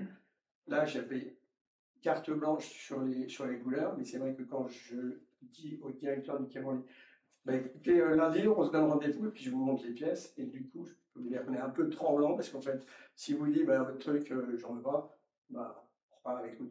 Il avait validé toutes les couleurs, et donc ça a été une collection assez étonnante, parce qu'en fait, on comprend peut-être un peu le grand écart entre des marques de luxe qui parlent de l'Afrique, c'était pas gagné, et le réseau commercial de la marque a plutôt bien vécu avec cette collection. Et puis on a fait un peu de design, enfin bon, en tout cas on a créé un département, un segment Dome Design. J'avais fait une collection, j'avais initié une collection qui s'appelait 12+1, où j'avais invité 12 designers, italiens, français, algériens, japonais, à créer une pièce. Le plus simple, c'est votre serviteur. Et donc moi j'avais créé cette pièce qui a été éditée à 125 exemplaires, qui est épuisée. C'est joli. C'est grande coupe. Et du coup, en tout cas, l'idée et le cahier des charges que j'avais donné à chaque créateur pour cette exposition, fait une interprétation de la nature à ta manière. Mais en tout cas, que la nature soit. Et donc, moi, j'avais appelé cette pièce Rototondo avec l'idée un peu du corail, avec une espèce de battuto sur le pied, qui est finalement une texture qu'on retrouve sur certaines patates de corail, et puis avec l'idée que le corail, que la texture était dessous, et puis elle est arrivée sur le dessus avec un très beau body autour. Coupe que nous avons présenté au musée de Conches dans l'exposition de couleur bleue. Oui, il y a plusieurs années. 7 ou 8 ans. Oui, 10 ans. Peut-être, voilà. Donc voilà, donc on a édité, enfin j'ai eu la chance de rencontrer pas mal de gens. Et là, juste un petit clin d'œil avec la dernière édition d'art que j'avais fait avec Jacques Villéglet. On connaît peut-être un peu ou pas, en tout cas Jacques Villéglet, nouveau réaliste, il est parti il n'y a pas longtemps, un des derniers nouveaux réalistes, qui notamment a fait deux choses marquantes. Un, l'alphabet sociopolitique, donc créer des lettres avec tous les signes du monde entier, et puis travailler, il prenait dans les années 70 tous les collages d'affiches, il décollait tout comme ça, on le voit sur des tas de vidéos, et après il réécrivait, il redessinait ce travail. Et quand il vient à la manufacture, il voit les bêtes, parce qu'en fait, mine de rien, chez Dôme, il y avait au moins 30% de revues, et donc les pièces jetées, parce qu'il y avait une petite inclusion en plate, parce qu'il y avait eu un manque de matière, enfin plein de bonnes raisons, malheureusement, de mettre des pièces au rebut, des mélanges de couleurs, donc hors de question de réutiliser cette manière. Et Villéglet, je lui dis, bah, on fera une pièce à 8 exemplaires, et il me dit, bah oui, formidable, et elles seront toutes différentes, parce que tout on prendra du rebut. Donc c'est le profil de Jacques Villéglet. Je regrette beaucoup de ne pas avoir pris cette pièce. C'est un monsieur charmant, un petit monsieur qui est parti, il avait presque 100 ans, une incroyable vivacité, rien à voir avec beaucoup d'autres artistes qui pourraient être beaucoup plus distants. En tout cas, qui avaient une envie de faire assez merveilleuse. Voilà, et deux pièces Dome Design qui sont un peu deux extrêmes, les formes du vide, et une pièce avec Christian Gion qui est vraiment une résille de cristal. Je ne rentre pas dans le détail, mais il y avait plus de 7 outillages, parce qu'en fait la résille de cristal, elle flotte, c'est vraiment une seule fusion, et on peut bien imaginer que quand la fusion se finit évidemment tête en bas, il y a un travail de froid assez colossal ici. C'était une pièce que moi j'ai beaucoup aimée, en tout cas en termes de design. Et l'idée, elle s'appelle Gorgonia. Et que nous avions aussi présenté dans l'exposition bleue à Crouch. Voilà. Et puis une dernière pièce que j'ai dessinée pour Dôme, il y a 20 ans, en 2004, pour un symposium à Nancy. Le thème du symposium, c'était les outils numériques et les métiers du verre, il y a 20 ans. Et du coup, j'avais fait cette pièce-là, qui est une pièce assez complexe. Enfin, et dans le cheminant, il y a le petit dessin du départ. Et puis après, j'avais fait une espèce de maquette. Après, on a scanné. Après, on a rapporté les textures en mappant. Mais tout ça en 2004. C'était, je dis pas précurseur, mais en tout cas, avec l'idée qu'il y avait des textures différentes, que moi j'avais. Parce que j'aurais pu à un moment donné dire à un de mes modeleurs, voilà, tu me fais la maquette, puis après dire maintenant, elle est un peu petite, c'est un peu grand, c'est un peu petit. Donc on avait tout validé sur l'écran, puis à un moment donné, ok, on sort la pièce. Et moi, ce que j'aimais bien dans cette pièce, ce que je voulais, voilà, je voulais magnifier l'écoulement. En fait, l'idée que, effectivement, dans une pièce, il y a de la matière qui coule.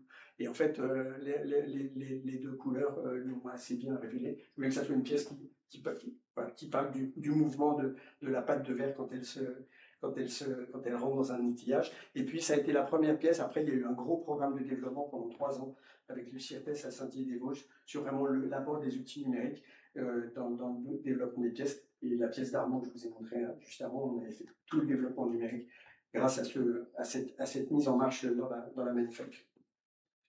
Voilà, dernier sujet. Les signes. Les signes, qui est un mot vaste et large. Mais je vais utiliser 2 projets essentiellement dans cette présentation.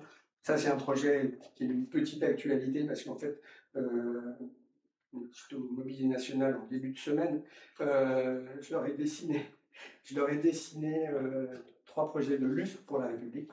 En fait, à un moment donné, il y a 5 ou 6 ans, après avoir lu la chaîne, je vous ai montré, il y a le directeur artistique, en tout cas, qui s'occupe des collections au Mobilier National, qui m'appelle, M. Sibertin, est-ce que vous voulez bien participer à un appel à projet sur les luminaires? Et les luminaires pour la République. Bon, et du coup, voilà, donc on se met à dessiner, donc, il y a beaucoup de dessins maintenant. Et je me dis, les lustres, c'est souvent une espèce de truc un peu compliqué, avec plein de petites lumières et plein de petits. En tout cas, c'est quelque chose qui est plein, quoi. C'est souvent assez dense, un lustre. Et donc, moi, je commence peut-être qu'on va pouvoir reboucler avec l'éclipse, mais en tout cas, à essayer de travailler autour, ou en tout cas de travailler sur l'architecture, sur le fait qu'un lustre, bah, ça serait bien qu'il vive avec l'architecture, que ça ne soit pas juste un amas de petites pampilles au milieu. Et donc, je travaille sur ces choses un peu excentrées. Je conçois une lampe de bureau et ces deux lustres. Ici, ce projet il est mis en place dans une architecture de Peter Zumthor, qui est un architecte qui est le Pritzker, qui a vraiment un très très beau rapport à l'espace. Et j'ai envie de dire, encore plus sensible que Tadao Endo et Le Corbusier, si jamais j'essayais de faire des liens. Mais en tout cas, on met en scène cette pièce. L'idée étant des tubes de bois complètement micro-perforés, enfin des tubes de bois, des petites marqueteries de bois tubulaires, avec des cabochons d'obsidienne aux extrémités. Un assemblage assez simple, mais en tout cas ce nœud est permettant, avec des pins versés, d'avoir un assemblage de cette structure. Ça, j'avais dessiné deux modèles. Ça, c'est une pièce qu'on peut imaginer qu'elle ferait à peu près 2 mètres 50 de haut, en tout cas assez important. Donc ils achètent le modèle. Alors ils achètent le modèle, ça ne veut pas dire grand-chose, ça parle beaucoup d'argent. Ils achètent le modèle 2500 €. Et je peux vous dire que le temps passé à un projet comme ça, on n'en parle même pas, mais en même temps. Et donc un autre projet où là, pareil, j'essaie de l'esquisser rapidement. Donc en fait, ça m'avait bien parlé. Et puis, comme vous savez que j'aime le bois, en fait, l'idée, c'est ces grandes ellipses avec un beau bois, avec l'idée d'avoir des verres de Saint-Just qui soient rétro-éclairés sur la tranche. Le verre de Saint-Just étant peut-être satiné sur cette partie-là pour avoir vraiment une espèce de fil de lumière tout autour. Et du coup, là, je ne l'ai pas mis en scène, mais celui-là, je l'avais mis en scène dans l'escalier de l'Élysée. Et Titan et Knossos, en tout cas, donc ils ont les deux modèles, c'est à eux. Et le troisième, qui était une lampe de bureau, elle est sortie. Je n'ai pas mis de photo, mais elle est sortie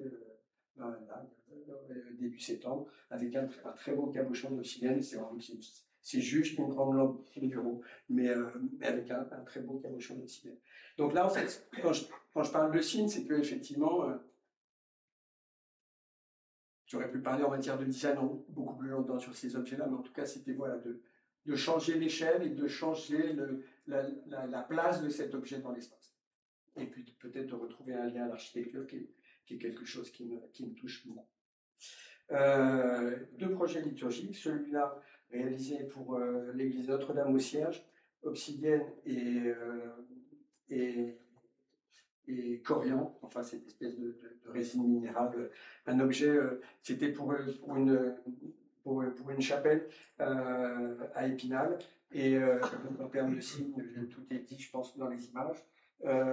75 morceaux d'obsidienne, une pièce inclinée comme ça, complètement cintrée, la Trinité, un caillou, les pierres, sur cette pierre. En tout cas, l'idée que je ne voulais pas une espèce de grande table ronde, de grand rectangle, ou en tout cas un objet, puis on voit l'évêque en train de consacrer cette pièce.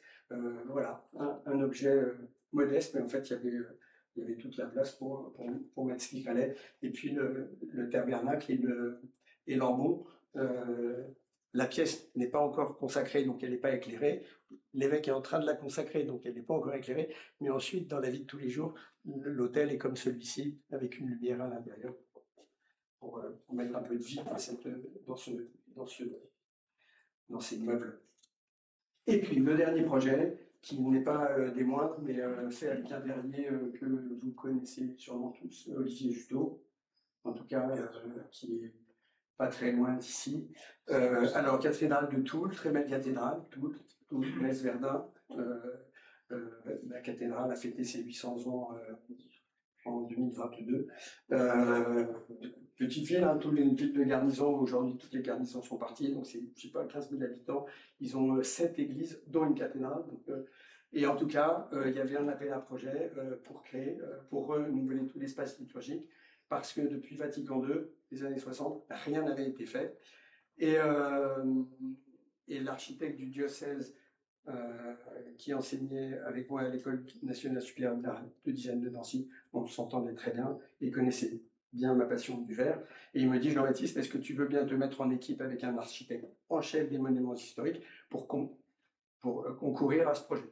Donc oui, je rencontre l'architecte en chef des monuments historiques, Pascal Prunet. Je dis son nom parce qu'en fait, en ce moment, il est un des deux architectes aux côtés de l'architecte principal de Notre-Dame de Paris à travailler. Et puis c'est l'architecte en chef de l'Opéra de Paris. En tout cas, on se rencontre avec Pascal Prunet, on candidate, on fait le dossier et notre projet est retenu. Le projet, donc je ne vous parle pas de toute la phase du design, de recherche, mais j'aime bien montrer cette image parce que fait, ce qu'on va faire dans la cathédrale, c'est quand même assez modeste. Hein. Juste, on va juste faire ça. Mais il y a une nef absolument sublime qui a été rénovée il n'y a pas très longtemps. Et en fait, si on regarde le plan masse, avant Vatican II, c'est.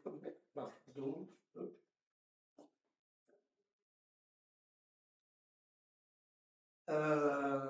Avant Vatican II, c'est tout là-bas, on regarde l'Est. Vatican II, on vient par là. Et nous, notre idée, cette cathédrale, la nef et les bas-côtés sont aussi larges. On va mettre toute l'installation, je ne vais pas trop près parce que sinon vous voyez l'ellipse qui est au milieu. Et en fait, on va refaire tout l'espace liturgique réempierré à l'intérieur. Et elle va être une grande ellipse à cet endroit-là. Vous ne pouvez pas imaginer le nombre de réunions où les gens ne voulaient pas de l'ellipse. Il n'y a pas plus. Enfin bon, voilà. On ne va pas aborder le sujet. Mais en tout cas, c'est un sujet de design, au vrai sens du terme. C'est pas banal d'intervenir dans une cathédrale. En tout cas, on y croit ou on n'y croit pas. Ça questionne. Et c'est un projet qui a duré 5 ans. La proposition qu'on avait montrée, et quand on a été sélectionné, c'était ça. Donc on voit les sièges de la présidence en bois que j'ai dessiné, l'ambon, l'autel et le porte-cierge, qui sont en fait les objets de la liturgie. On voit que le podium en pierre, il est vraiment créé. La dalle de Saint-Étienne, elle a été déplacée, elle est là. Enfin, ça, si je vous passe les petits détails, il y en a pas mal. Et donc voilà, donc c'est ça le projet. En fait, l'idée était de poser la pierre, l'autel sur 12 voiles de verre, les 12 apôtres, reprenant les couleurs de la nef absolument magnifique. Et donc là, je fais juste une petite étape dans le livre d'Olivier Juteau et Caputa Berthaud. Les dalles de verre, elles vont faire à peu près 1 mètre de haut, elles vont faire 36 cm de large, elles vont être cintrées. Donc chez Juteau, il promène des couleurs, trouver du jaune. Il n'y avait plus de jaune pendant longtemps. Par chance, Reichenbach ressort un jaune, donc miracle. Donc enfin, en tout cas, il fait des dalles plates, des grosses dalles plates. Ensuite, les grosses dalles plates, elles sont de cochonnerie, en tout cas, elles sont. Donc on les envoie chez Petit Jean à Nancy, miroiterie Petit Jean, qui est une des seules miroiteries qui redresse au diamant avec une 5 axes de folie qui redresse toutes les dalles, donc 22 mm, parfait, les champs et tout ça. Ça revient chez Olivier Juteau, ça repart au faux, il les cintre, et puis ensuite il va y avoir tout le travail d'ajustage, parce qu'en fait, alors là il y a une toute petite vidéo, je crois.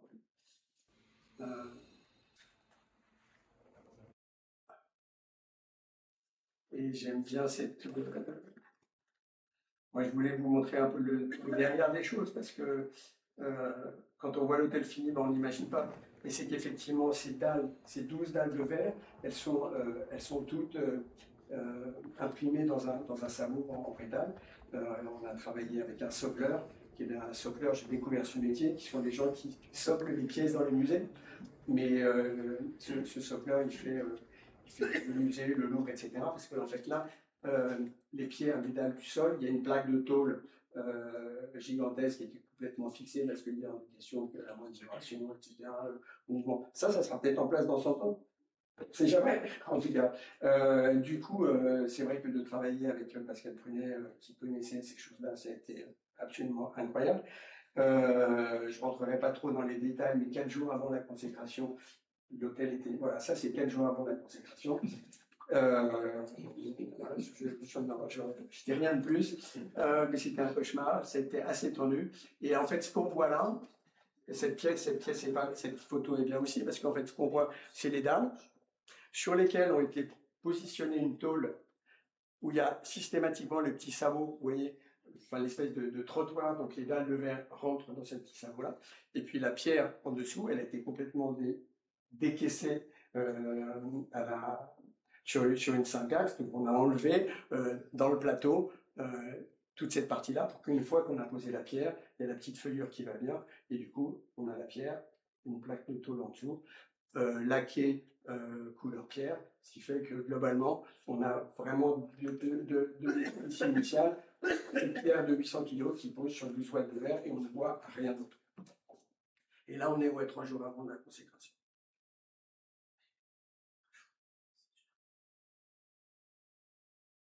Et là, on est le jour de la consécration.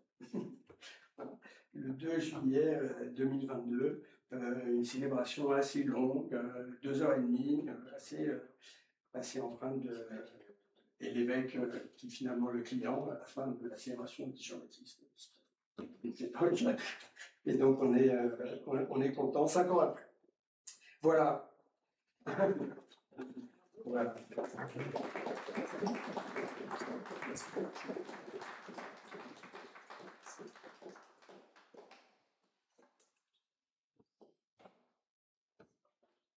Ce moment d'échange, bien sûr.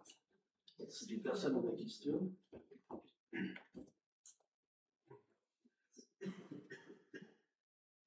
Est-ce que vous voyez un petit peu mieux ce que c'est que le métier du designer?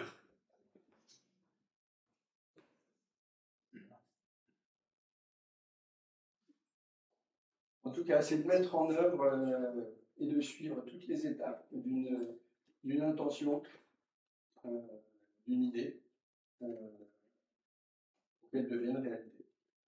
Il n'y a pas la résidence à Sarpoterie, est-ce que tu as créé des objets pour toi? Pour moi tout seul, Ouais. je crois. Non. En fait, quand tu dis un objet pour moi, c'est un objet qui n'aurait Pas forcément. pas d'autre usage que d'être.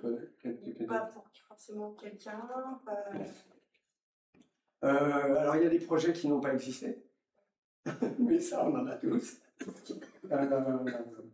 Mais non, parce que curieusement, est-ce que vous ne savez pas, mais vous allez comprendre très vite, c'est que j'ai une épouse japonaise qui est là à Yukiko, et que dans le monde du Japon, dans l'univers japonais, il n'y a pas beaucoup d'objets.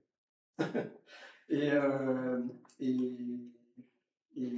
alors, on n'est pas dans une maison japonaise, et c'est vrai que et je suis fasciné par le Japon et par le design japonais et par l'intelligence des objets au Japon. On en a tous vu, même si on n'est pas allé au Japon. Mais en tout cas, on n'est pas dans le, tu vois. Et alors moi, dans la maison, il y a pas mal de choses. Et d'après, pour les Kiko, il y en a toujours trop. Mais du coup, non, j'ai pas fait de projet pour moi, si ce n'est les lettres qui, je vais le dire à ma manière, mais effectivement, qui est une œuvre artistique. Enfin, en tout cas, c'est ce que je caresse. En tout cas, ce que je suis à ça. Tu veux dire que toi, ce que tu fais, c'est toujours attendu. C'est-à-dire, tu vois, tu parlais de la frontière entre le design et l'art.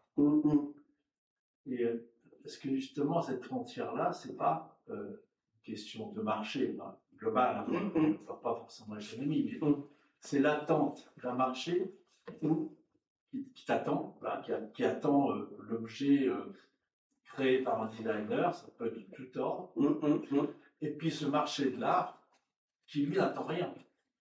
Ouais. Personne n'attendait Guernica. Ouais. Et alors, le designer, quand tu dis qu'il se frotte, et c'est ce que tu as fait avec les lettres, tu arrives au dernier niveau où quelque part tu as encore des comptes à rendre avec la lettre. Quelque part, ça préexiste. Et donc, tu réponds à quelque chose, tu introduis une autre lettre, mais ça existe déjà. Donc, tu es à la limite, comme dit Juliette, il suffirait de pas grand-chose pour que tu supprimes l'exigence préconçue, en fait, et puis que tu te lâches. Ça, tu ne le fais pas. Alors, je le fais à moitié, mais avec ce qu'il y a sans doute, ce que j'ai comme ADN finalement. Alors peut-être que, si, mais c'est pas possible, parce que moi, là j'ai un peu le sentiment de rentrer dans une, je le dis à sa manière, mais dans une troisième ligne. 30, 60, et puis après encore. Et du coup, c'est pas impossible. Enfin, en tout cas, je me ménage cette possibilité. Mais les lettres, non, ce qui m'a séduit dans les lettres, et en fait, c'est peut-être comme ça que j'aimerais les montrer une troisième fois, enfin, en tout cas une prochaine fois, c'est qu'en fait, ça pourrait être une petite architecture de Mata, le L, ou en fait, en tout cas, ou le E, ou en tout cas, ces objets-là peuvent devenir des objets complètement abstraits. Et je les aime beaucoup, ces objets-là. Le F, j'ose penser que André Bloch ou Claude Parent auraient pu, qui sont des architectes, qui sont les premiers à avoir fait des choses un peu massives et tordues, auraient pu être séduits par une maison comme ça. Donc je suis pas loin, je suis tout près. Mais moi, Si tu dis pas, oui. ce sont des lettres, si Ouais. tu t'exclus, Ouais. tu mets dans un autre contexte, Ouais, tu ouais. n'utilises pas comme un alphabet, Ouais. on prend en considération l'objet qu'on a devant soi et on oublie que ça a à voir avec une lettre. Ouais, ouais. C'est le fait que tu as un alphabet, Oui, que oui, tu oui, mets ensemble, oui, absolument, que tu absolument. écris avec, qui fait qu'on Oui. n'a pas encore passé. Oui, oui, oui, oui, oui. Bah, oui. Ça tourne à la source de l'écriture. Ouais. Comment? On retourne à la source de l'écriture. Oui. Effectivement. Oui. Simplement des symboles primitifs. Oui. Peut-être pas propre. Alors, c'est pas mal, parce que vous rendez, parce qu'en fait, j'ai commencé à dessiner beaucoup de choses que j'ai absolument pas montrées, qui sont des mots, mais complètement dessinés. Et alors, j'aurais dû apporter ces petits dessins, et la semaine dernière, à Biot, parce que j'étais à Biot il y a 3 semaines, et je rencontre un mec qui s'appelle Mathieu, je sais plus comment, c'est Mathieu Grenet. Mathieu Grenet. Mathieu Grenet, c'est un vernier, il est québécois, il fait du filigrane, enfin du millefeuille, enfin je sais pas comment. Mais en fait, c'est un mec de dingue, enfin, je peux même pas vous le dire. Mais imaginez que là-dessus, il y a l'équivalent du Notre Père. En tout cas, il y a beaucoup de mots. Et en fait, c'est ce dont je te parle. C'est qu'en fait, il y a un truc après. Il y a un truc après. Moi, ce qui m'a... Donc, je peux pas en dire beaucoup plus. Mais ce qui m'a... La pierre de Rosette. Alors. Comment? C'est une miniature de la pierre de Rosette. Je vous la prête. Je la récupère. Et il est en ce moment 3 mois en résidence au CERFA. Oui, moi, ce qui m'a questionné à la fin de la résidence, et je pense que c'est tous les verriers qui se posent la question, c'est qu'on ne peut plus ne pas penser à l'énergie. On ne peut pas ne pas penser à des questions comme ça. Ce que j'ai évoqué juste comme ça par rapport à Saint-Gobain.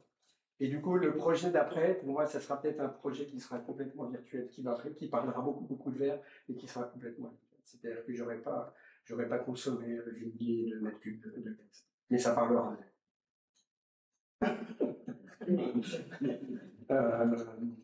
Mais voilà, c'est pas un détour, mais en fait, en tout cas, ça fait partie des questions de designer. Vous vous souvenez un peu du schéma du début, l'environnement. Est-ce qu'on ne peut pas continuer à faire comme on a toujours fait? Et je prends un exemple très personnel, mais j'ai très longtemps roulé en moto, et je n'ai plus de moto, et je prends le métro à Paris, et j'en suis presque fier. Parce que il faut qu'on change des choses. Mais c'est vachement dur de changer. Et on ne peut pas dire aux verriers d'arrêter. On n'a pas le droit.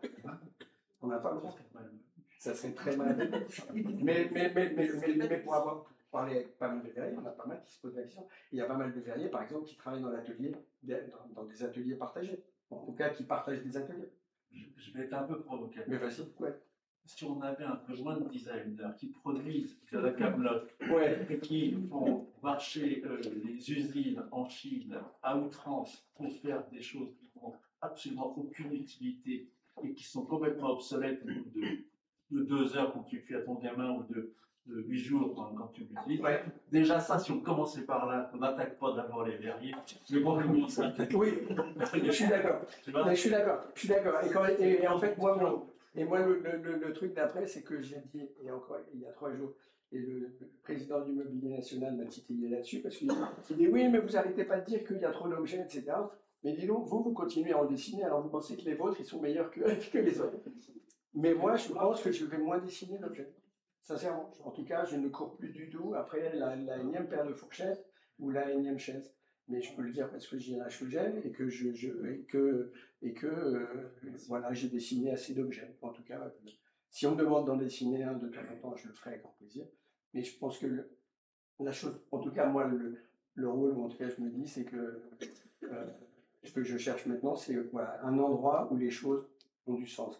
Et en tout cas, si Sarpoterie avait choisi cet alphabet, ils avaient tous la banane quand je leur ai montré le projet. Il y a 25% d'illettrisme dans le nord de la France. Il y a un rapport, aux matériaux verts, etc., qui est toujours très artistique, etc. Et en fait, s'ils ont adhéré à ce projet des lettres, il y a eu un nombre de médiations incroyable pendant un an. Avec la poésie, on a exposé des lettres de verre au LAM, le Lille Art Museum. Il y a eu des projets avec des map design. Il y a eu des projets, on a fait une anthologie de la poésie où en fait il y a un poète, Dominique Sampiero, qui a demandé à 30 poètes du monde entier d'écrire chacun un poème sur le A, sur le B, sur le C. Il y a eu les captations, on peut les retrouver sur YouTube. En tout cas, il y a eu autour des lettres de verre. Voilà, en tout cas, c'était pas des signes anodins et au Musebert, ça a permis de faire rentrer, je sais pas, l'été 2022, je crois qu'il y a eu, je sais pas, plus de 1000 enfants qui sont venus des classes, machin, etc. Et donc, moi, en tout cas, je trouvais que par rapport au sens que peut avoir un projet, ça cochait pas mal de trucs. Il y a les voyelles de Rameau, de toute façon. Hein? L'alphabet, il y a les voyelles de Rameau. Bah oui. La poésie. Bah oui. Ouais. Non, en fait, ce que j'aimerais maintenant, enfin, en tout cas, c'est effectivement travailler avec des gens, en tout cas, qui ont un rapport au mot et à l'écriture bien plus sophistiqué que le mien, parce que moi, je dois dire, même si je sais lire et écrire, je ne suis pas un grand intellectuel, mais j'aimerais bien, il y a à la Charité-sur-Loire, il y a qui s'appelle la Cité des mots. J'essaie d'ouvrir la porte en leur disant, en leur proposant les alphabets pour les mettre pendant un été, pareil, hein, que ça résonne. Mais c'est des sujets un peu compliqués. Et j'essaie. C'est Denis qui m'avait donné un lien à la Charité-sur-Loire, mais ça, je n'ai pas encore réussi à ouvrir la porte. À Villars-Cotterêts, ça serait pas mal aussi. Ça serait merveilleux. On y est allé au début de l'année, ça serait merveilleux. Mais ouais, non, j'ai C'est le Grand Est. Bah, en tout cas, dans le Grand Est, c'est vrai que l'exposition, on pourrait montrer, qui malheureusement qui n'a duré qu'un mois, était une sacrée. En tout cas, ça parlait de la matière et du langage de la matière et de manière assez. À partir des lettres, des pièces que j'avais créées. Et ça partait de l'obsidienne jusqu'à. Il se trouve qu'à Nancy, il y a une des 3 petites usines en tout cas, au monde, à fabriquer des cristaux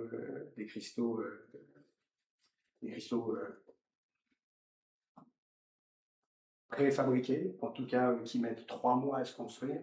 C'est-à-dire qu'on met un peu comme une mer dans le vinaigre, on met une petite partie de levure et en 2 à 3 mois, le cristaux se construit. Et ensuite, c'est avec ces cristaux ils ont eux 5 ou 6 natures de cristaux qui sont sur Mars en ce moment, qui sont dans les hôpitaux optiques pour opérer, enfin en tout cas le laser. Et donc dans l'exposition, il y avait toute une vidéo de ce laboratoire et un cristal. Un cristal comme ça vaut plus de 100 000 euros. Mais en fait, après, ça se découpe. Cet atelier est absolument incroyable.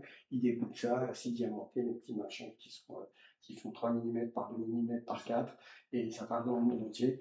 Et donc l'exposition, ça partait de l'obsidienne Mais c'est pas fait à froid. Si.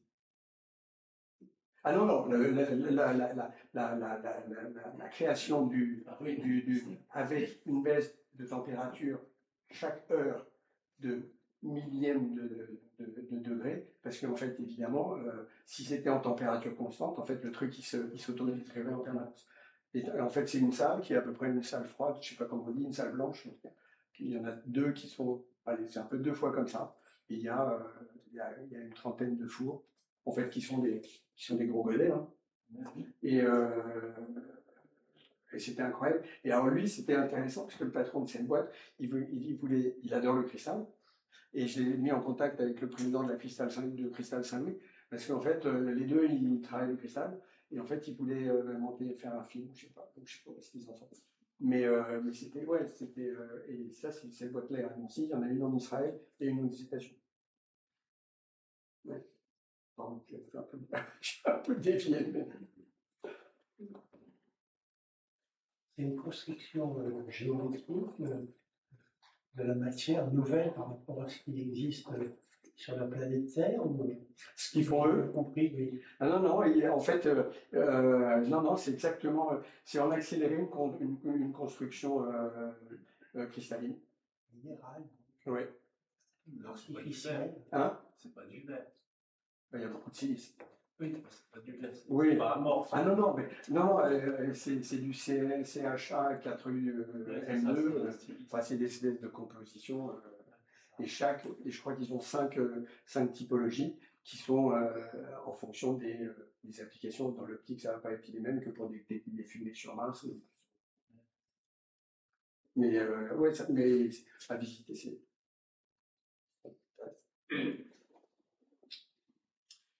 Comment vous arrivez à concilier l'efficacité économique des objets, notamment ceux qui ont une vocation commerciale, avec la dimension artistique pure de ce que vous concevez? Ouais, ouais. Bah, oui, c'est le vrai sujet, en fait. Bah, c'est le vrai sujet. Je vais l'illustrer, mais ça va pas être la bonne réponse, mais je démarre par là. Je me souviens avoir fait une proposition à Maison Berger. C'était un flacon. Pour moi, il était trop Shiseido. Je sais pas si ça vous parle. Mais en fait, il était trop beau pour l'emberger. Je le dis à ma manière. Il était trop beau pour l'emberger. Et donc, mais je pense que j'ai bien aimé ce travail. Je suis à l'opposé de Monsieur Stark, qui fait du Stark et qui dit aux gens, de toute façon, si vous en voulez pas, vous êtes quoi. Il est très fort. Et j'ai beaucoup de respect pour ce monsieur, même si je n'aime pas tout ce qu'il fait. Mais en fait, lui, il a fait du Stark toute sa vie. C'est pour ça qu'une maison comme Hermès ne le fera jamais travailler. Parce qu'en fait, s'il y a une image de marque derrière, en fait, lui, l'image de la marque disparaît. Miyake n'invitera jamais Stark à faire quelque chose. Je prends des exemples un peu grossiers. Et donc, non, et du coup, projet pour les marques, c'est cette espèce de jeu. Enfin, il y a une limite, et puis il y a comprendre ce qu'est une marque. Enfin, c'est l'exercice que j'ai essayé de faire chez nous, mais en tout cas. Et puis essayer d'apporter malgré tout un peu de vent nouveau et un peu de nouveauté en allant sur certains points. Donc, si je reste sur la collection du thème de l'Afrique, c'est sûr que artistiquement, j'avais poussé le bouchon très très loin et ils ont globalement tout validé.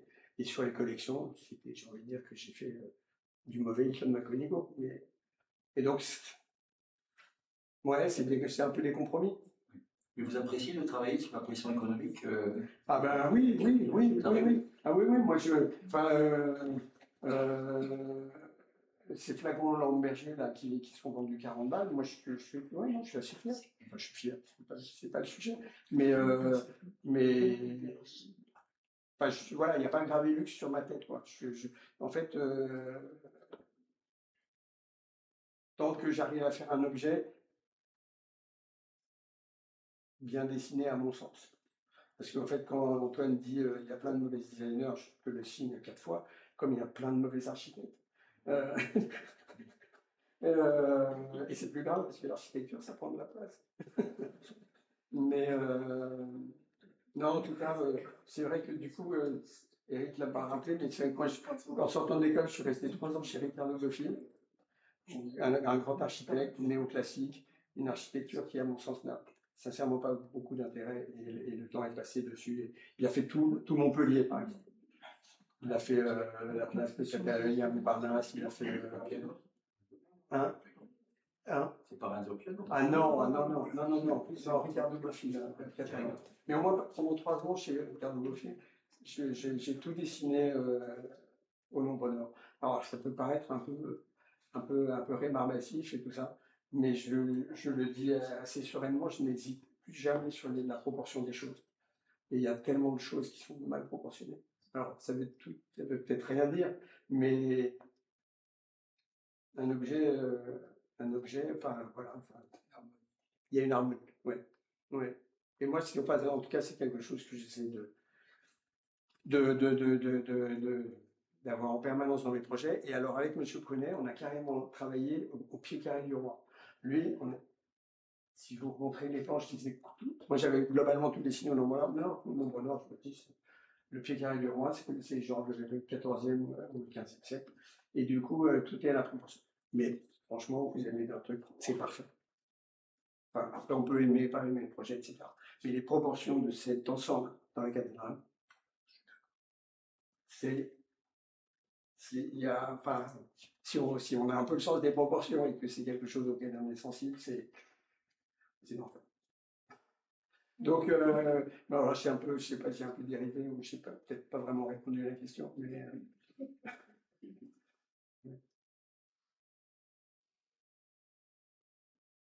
et alors, il y a un grand designer français qui s'appelle Martin Zekeli.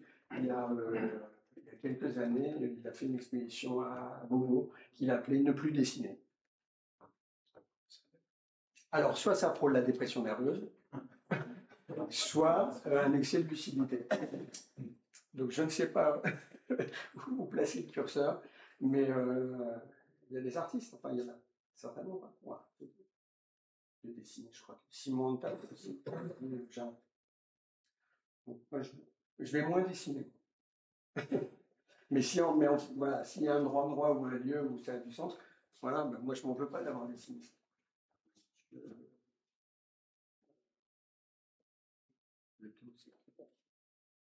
Mais on est bien d'accord qu'il y a beaucoup de trucs qui servent à rien. Est-ce que tu peux aborder un autre sujet qui est que tu interviens maintenant depuis peu assez régulièrement au Carré Saint-Cyr, au Vaudreuil, Oui. Puisque c'est en Normandie et ça peut aussi intéresser plusieurs personnes ici. Alors, qu'est-ce qui se passe? Qu'est-ce qui se passe et qu'est-ce que tu y fais justement là-bas? Alors, en 3 mots, le Carré Saint-Cyr au Vaudreuil, si ça parle à certains, mais donc c'est une communauté d'agglos, 68 communes, Bernard Leroy qui est assez impliqué dans cette communauté d'agglos, qui est le maire du Vaudreuil, qui a réhabilité cette petite église du Vaudreuil qui est très belle, qui est aujourd'hui un lieu de présentation des métiers d'art et de vente des métiers d'art, une super réhabilitation. Ils ont enlevé les vitraux, ils ont laissé le coq, ils ont laissé la cloche, ils ont réparé la pendule, il y a tout. En tout cas, il a respecté bien ce lieu. Il a créé un bâtiment de 1000 m² qui est un lieu de résidence pour que 8 artisans de différents métiers, de différentes nationalités puissent travailler au Vaudreuil. Et moi, j'ai mis 2 choses. Un atelier, c'était la 7e année cette année, qui s'appelle Design et métiers d'art, où en fait, on a en complément avec la Chambre des métiers de Normandie, une dizaine d'artisans viennent participer à cet atelier. L'idée, c'est qu'on se voit une fois par mois pendant 7 semaines, 7 fois, pendant 7 mois, et que petit à petit, avec une méthodologie que j'ai un peu mis au point, qu'on démarre un peu en se grattant la tête et que chaque artisan finit un projet qui répond mieux à son envie de nouveauté, aux questions qui se posent sur ses clients, à l'idée qui se fait de sa marque, à sa boutique, etc. Et donc, maintenant, ça fait, je sais pas, 70-80. Il y a une exposition en ce moment, un an qui est fini. Ouais, c'est fini. Voilà. Où là, il y avait, sur les 7 dernières, il y avait les 12 artisans de cette année, vitraillistes, tapissiers, ferronniers, céramistes, bijoutiers, des gens vraiment d'horizons très différents, globalement qui ont un métier en main, plutôt bien. Et donc voilà, donc moi ça me fait rencontrer des gens formidables qui vivent de leur métier. Et l'idée étant qu'ils se questionnent mieux par rapport à... Donc, je ne leur parle pas de design toute la journée. Enfin, en tout cas, il y a une espèce de cheminement assez simple et logique qui fait que les gens se questionnent et remettent en question un peu les choses et peuvent aborder des problématiques avec moi, qu'ils soient commerciales, techniques, de signes, philosophiques, enfin, ou en tout cas de sens de ce qu'ils font. Et chacun étant évidemment complètement différent, parce qu'en fait, ils ont des univers différents, ils ont des métiers différents, ils ont des âges différents, ils ont un niveau culturel différent. Bon, en tout cas, ça fait 7 ans qu'on le refait, donc ça ne marche pas trop mal. Et l'autre atelier que j'ai créé, le collège M2, il y a 2 témoins dans la salle qui pourraient en parler mieux que moi. Le collège M2, pour faire court, c'est un projet que j'ai proposé. On l'a fait pour la 2e fois juste là. J'ai apporté le catalogue qu'on a édité pour cette année. C'était présenté à Paris pendant la Paris Design Week pendant 15 jours dans une mairie. L'idée du collège M2, c'est de proposer à 8 artisans, 8 designers et 8 makers, des gens qui seraient assez proches de... Raphaël ? Non. Richard. Enfin, en tout cas, 8 personnes qui sont dans le monde du numérique, qui sont des programmeurs, qui sont des makers, qui sont des programmeurs, je l'ai déjà dit. En tout cas, des gens qui sont dans le monde de la technologie, de l'intelligence numérique. Et donc, de travailler ensemble pendant une année, une journée par mois, 9 journées. Donc, réunir 24 personnes, une journée par mois, pendant 9 mois, c'est pas facile. Mais Claire vient de faire cette expérience. Et Juliette l'avait fait à la première édition. Donc là, autour de la table, il y a vraiment 24 cerveaux qui sont tous très bons dans leur domaine, mais l'artisan ne connaît pas forcément le design ne connaît pas forcément le maker. Et l'idée étant de travailler sur des proto-objets, en tout cas sur des réalisations où la qualité du matériau est au service d'un usage via une intelligence numérique dans cet objet. Alors ça peut paraître un peu abstrait. Il faudrait un exemple. Alors je prends un exemple. Il y a Marc Lepilleur qui est un verrier. Cette année, il y a eu une céramiste porcelaine, 3 verriers, une ferronnière, un sculpteur, un origamiste dingue du papier, lituanien, Arturas. Et il m'en manque un, ça fait rare. En tout cas, des métiers très différents. Merci, Claire. Si je peux me laisser, elle ne pourrait pas se lever. Et une bijoutière joaillette. Donc, 8 métiers. 8 designers venant un peu de toute la France et 8 makers venant aussi un peu de toute la France, dont un ayant fait le Frénois, ça ne doit pas parler forcément, et le Frénois étant vraiment un studio des arts numériques et graphiques extrêmement important qui est à côté de Roubaix. Et donc de les faire travailler. Et donc,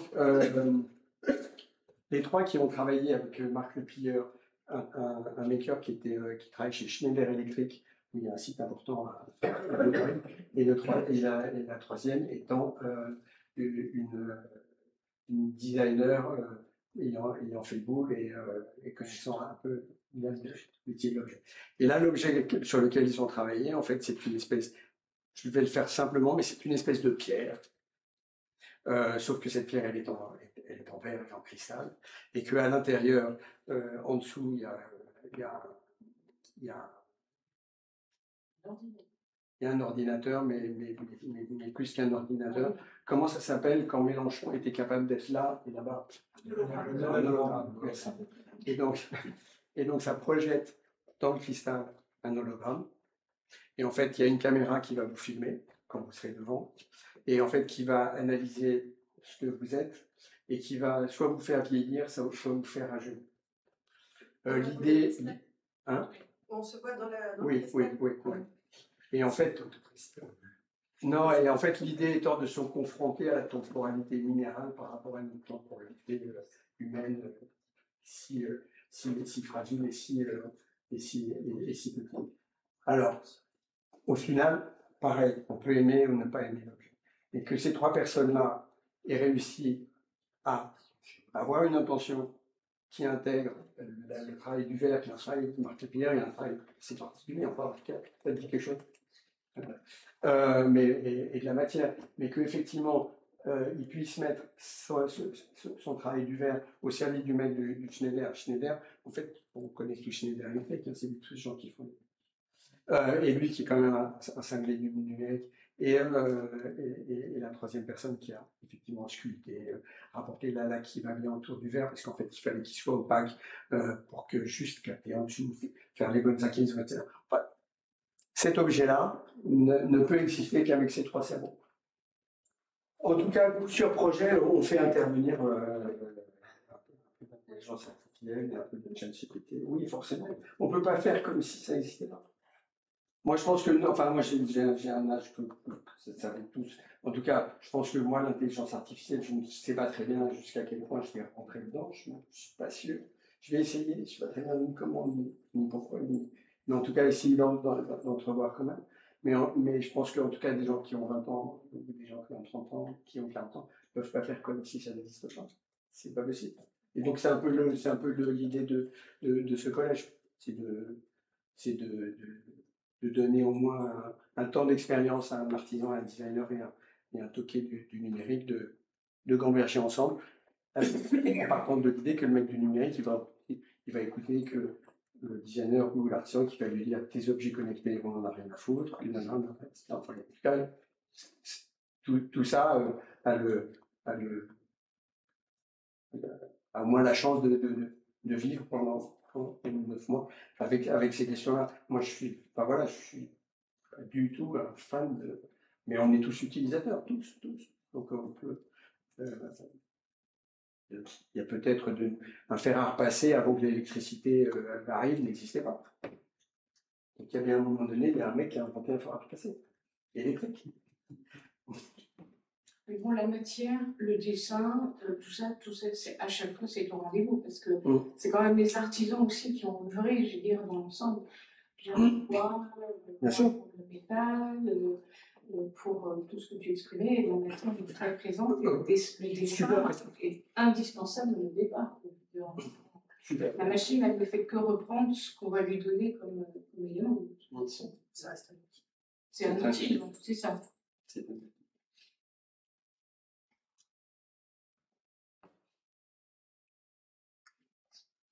Merci. Merci.